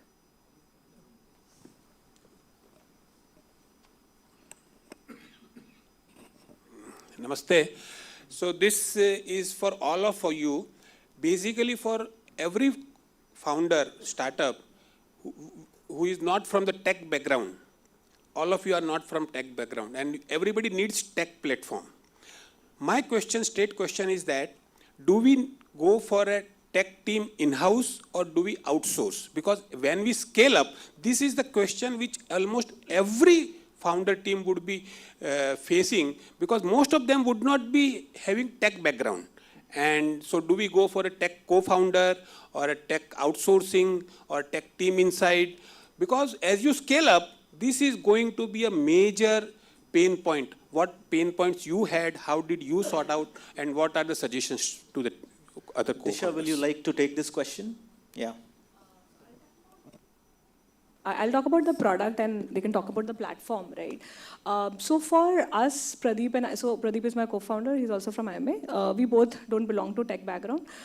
We are the largest D2C player on the bags side. We are still hosted on Shopify. When we started, over a 2 weekend, we both built out Shopify website. Its mota moti looks very similar to what we have put. The scales and everything has changed drastically. To be very fair, for a product, technology is an enabler. So until now, we don't have a tech team. We are thinking about it because there's a lot more evolved things that we need now, right? But it's an enabler, right? It's not a core skills that you need for the product, at least for that matter, right? And there are enough platforms which are available where you can host yourself. So please don't invest in in-house tech team is just too expensive, too difficult to manage, at least for the product point of view. Actually, that's interesting. But one of the things that is important is that whether the tech that you are talking about, is it the core of your business? That is one important aspect that one definitely needs to look at. That in case you are talking about technology, are you going to make these interventions continuously, or is it a one-off thing? If it's a one-off thing, then definitely you're not going to put a lot of burden on your company by hiring a lot of people to maintain the technology, because they'll be sitting idle later on. But I'm sure these people will have much better perspective on this. No, I think Professor said the right thing, that it depends on what your company is about. So in our case, for example, we are a very, very tech-driven. The first thing which we built was an algorithm to eliminate the broker. So I think it depends on that. In our case, also, although, like I said, that I booked the domain name in 2007, but I started in 2013 because I didn't have a tech co-founder. And when Akhil, who's my junior from IIT, he came in, then we started this company. and then Amit also, all three of us started this. But I think for a platform like us, without a tech co-founder, it's extremely difficult to scale this kind of a business. No, nothing additional. I mean, same. All right, I think so we are almost out of time, but thank you very much for the questions that you asked, and thanks to the panelists for coming down to Ahmedabad and interacting with us. I think we are ready for lunch now. Yes. Yes. So, Thank you so off to much. Priyanka. May we please request you to come together for a Thanks a lot. group picture? Thank you, Rahul. Yeah, thanks a lot, Disha. Yeah.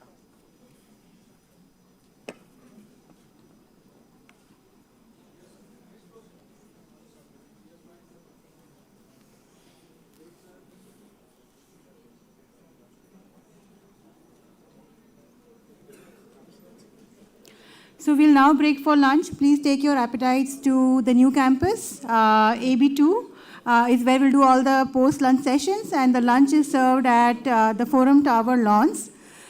Please meet us sharp at 2:30 in AB2 because we have some very interesting sessions planned at the other side of lunch. Thank you.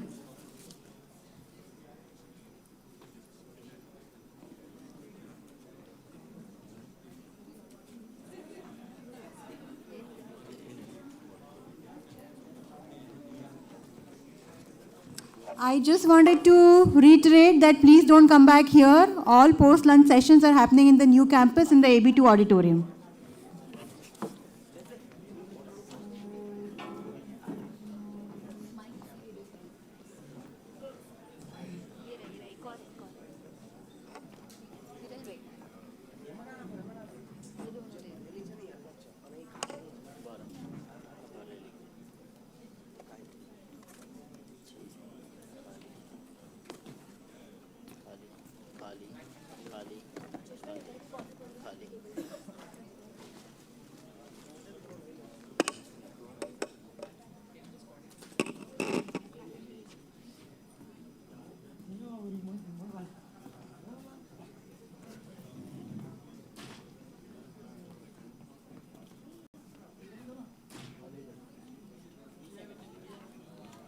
ये अपने मतलब डाल दो किराए में छोड़ देना या यहाँ भी जरूरत नहीं है पर यहाँ खाली बॉटल भर लेते हैं ले जाओ एक बॉक्स में नहीं वो यूज्ड वाला वो तो रेडी है प्लेट को रेडी एक तो यहाँ से और कुछ तो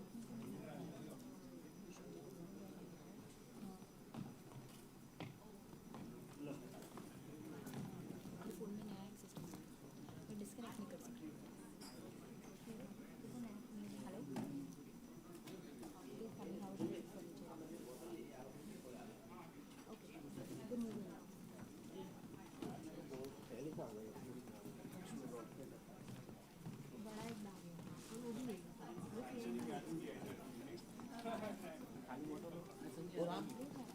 ये भरा हुआ 8 बचा। हाँ वो ले लेना AB2 भरा वाला AB2 खाली वाला स्लाइड क्योंकि कार्टन खोल दिया है ना तो वो AB2 में क्या पेन कुछ नहीं दे रहा है।